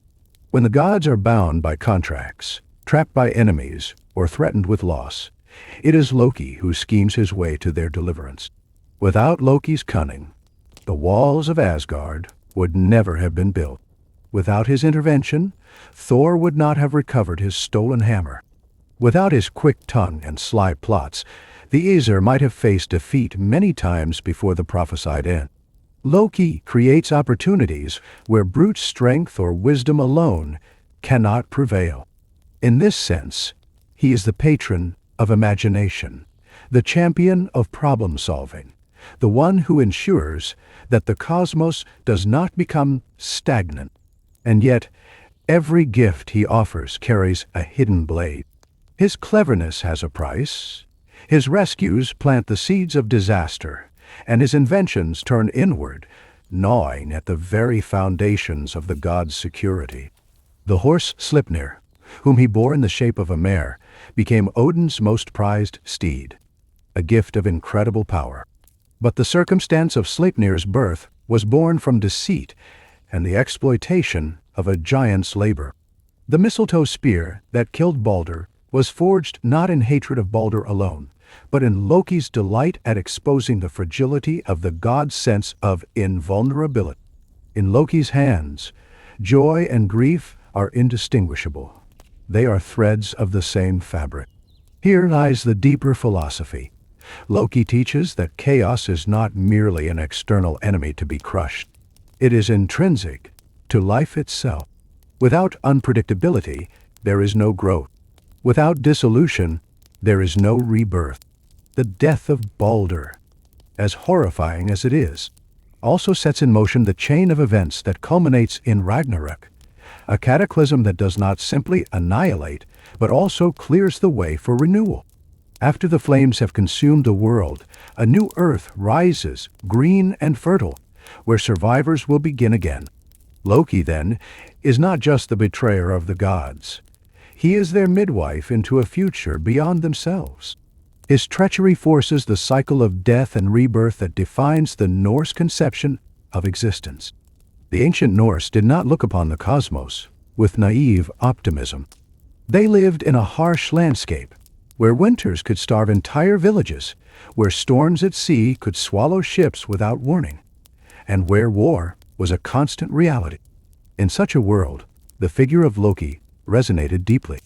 He was the recognition that life is precarious, that fortune turns swiftly, that even within the hall of the gods, no feast is free from the threat of disruption. Loki sitting among the Aesir, mocking and insulting them in the Lokasina, reflects the very instability of human life. No banquet, no peace, no promise is secure from decay. But this instability is not purely destructive. In fact, it is creative. Loki is the spark that ensures the gods never grow complacent. His laughter may wound, but it also reveals truths that no one dares speak. His schemes may betray, but they also dismantle illusions of permanence. He is the voice of doubt that reminds the gods, and by extension, humanity, that certainty is a fragile illusion. In this sense, Loki is not evil in the moralistic sense of later traditions. He is necessary. He is the storm that scatters the seeds, the fire that clears the forest for new growth, the serpent whose venom corrodes but also transforms. The paradox of Loki also reflects the Norse understanding of fate. In the sagas, fate, or wyrd, is not something one can escape. Even the gods are bound by it. Odin, in all his wisdom, knows what will come. Thor, in all his might, cannot prevent his doom. Loki is not outside of this fate. He is part of it, an instrument through which destiny unfolds. When he aids the gods, he is serving fate. When he betrays them, he is serving fate. Even his punishment, chained beneath the dripping venom, is part of the cosmic order that leads to the breaking of his bonds at the appointed hour. Loki embodies the inevitability of change, the inescapable march toward transformation. To the modern reader, Loki can seem bewildering. Is he hero, villain, or something in between? The answer is yes to all. His role resists simple classification because the Norse themselves did not view the world in simple binary. Good and evil were not absolute categories. Rather, they were relative, shifting, intertwined. A giant might be an enemy one day and an ally the next.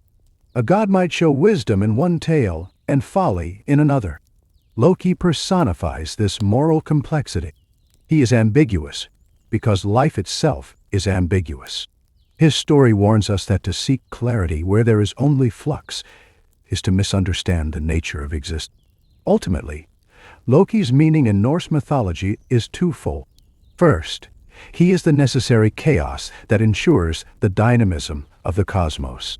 Without him, the story of the gods would be stagnant, lacking tension, growth, or resolution.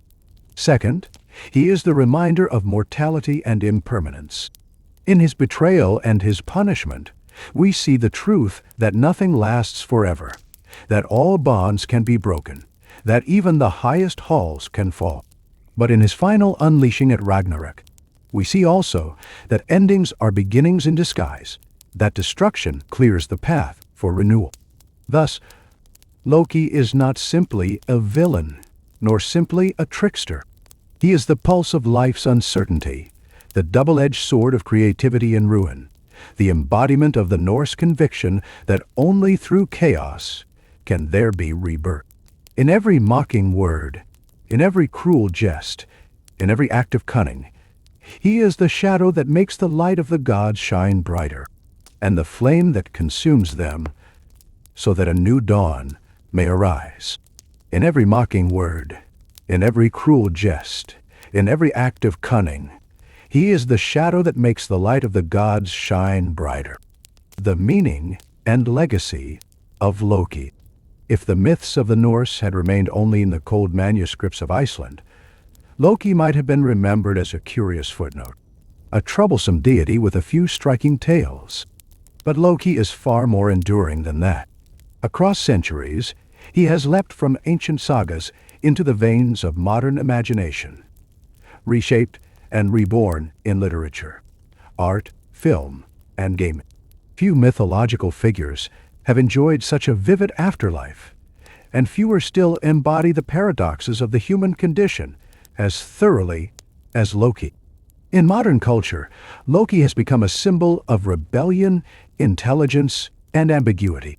Unlike the straightforward heroes of myth who rely on muscle and might, Loki represents wit, cunning, and subversion of order.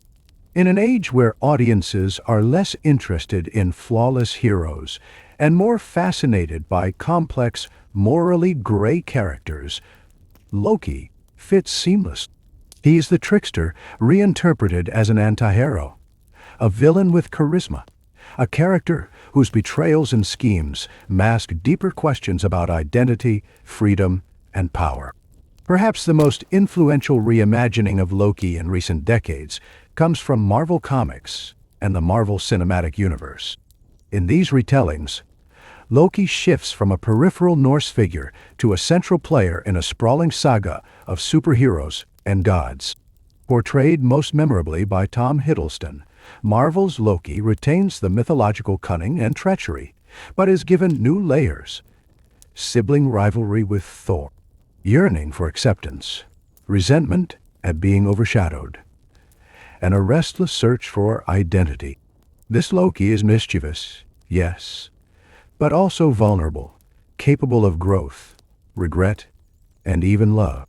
Through Marvel, Loki has become a global icon, adored not merely as a villain, but as a complicated, relatable figure.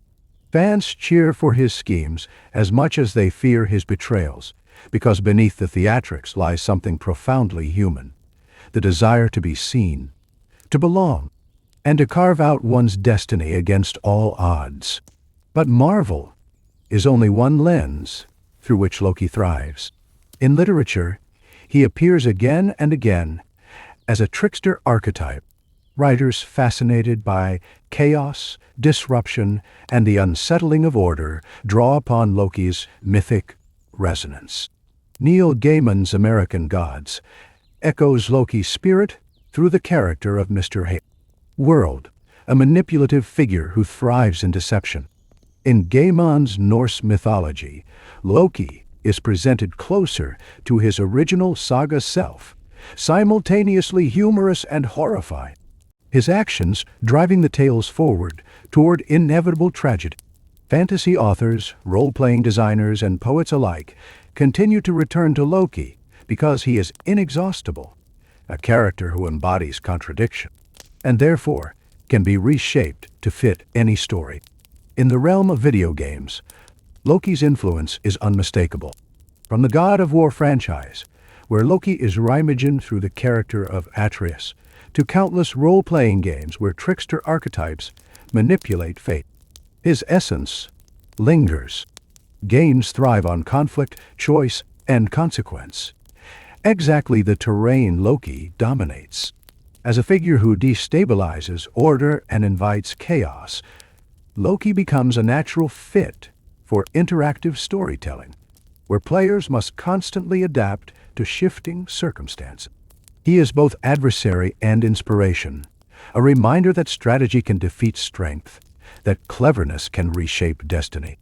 Loki also thrives in popular psychology and philosophy. The modern world, with its fascination for antiheroes and morally complex figures, finds in Loki a mirror of its own uncertainty. He is cited in discussions of the Jungian archetype of the trickster, the boundary breaker, the shapeshifter, the force that destabilizes norms and exposes hidden truths. Just as Jung suggested that the shadow self is necessary for wholeness, Loki embodies the idea that chaos is necessary for transformation. Audiences may not articulate it in these terms, but the fascination is there. Loki is loved because he reminds us of the instability we already feel, and then the creativity that instability brings. One cannot overlook Loki's impact on popular identity and fandom. Unlike Odin, whose gravitas keeps him distant, or Thor, whose straightforward heroism can feel inaccessible, Loki offers relatability. His sarcasm, his mischief, his struggle with belonging, all resonate with those who feel out of place or misunderstood. In this way, Loki has become more than a character. He has become a cultural emblem for outsiders, rebels, and dreamers. Online, fans identify with him through art, memes, cosplay, and storytelling. His fluidity of identity, sometimes God, sometimes giant, sometimes mare or fly, also resonates strongly in modern conversations about gender, transformation, and self-expression. Loki becomes a mythological forerunner of queerness, nonconformity, and the courage to exist beyond imposed categories. The power of Loki in modern times lies in his adaptability. He is not frozen in the past. He changes shape to suit the needs of every era. In the Viking Age, he was the dangerous companion who revealed the fragility of order. In medieval Iceland, he became the foil whose betrayal ensured the end of the god. In the 20th and 21st centuries, he is reborn as a pop culture icon, an anti-hero who refuses to be boxed in, a voice of chaos that questions the stability of systems, whether divine or political. He is as much a mirror of our world now as he was of the Norse cosmos 1,000 years ago. At the same time, Loki's enduring presence reminds us of something deeper about mythology itself. Myths are not static relics. They are living narratives, shaped by each retelling. Loki survives not because he was canonically important, but because he captures something essential about the human spirit, its restlessness, its creativity, its danger, and its longing for transformation. Every age needs a Loki, because every age needs to confront the chaos that lies just beneath the surface of order. Thus, Loki's legacy is not simply that of a trickster god who betrayed his kin. His legacy is the enduring truth that life cannot be confined to neat categories of good and evil, hero and villain, order and disorder. He is the whisper of doubt that keeps us questioning, the spark of wit that keeps us adapting, the shadow that ensures the light shines brighter. In modern culture, he has become a bridge between ancient myth and contemporary imagination, between the cold sagas of the past and the burning questions of identity, power, and destiny that define the present. In the end, Loki remains what he always was, a shapeshifter. To the Norse, he was a necessary chaos that doomed and renewed the world. To us, he is a figure of fascination, rebellion, and complexity, an eternal reminder that destruction and creation are bound together in every story. And as long as humanity continues to tell stories, Loki will never vanish. He will change, he will deceive, he will delight, he will betray, but he will endure. His laughter, cruel and brilliant, will echo across every age.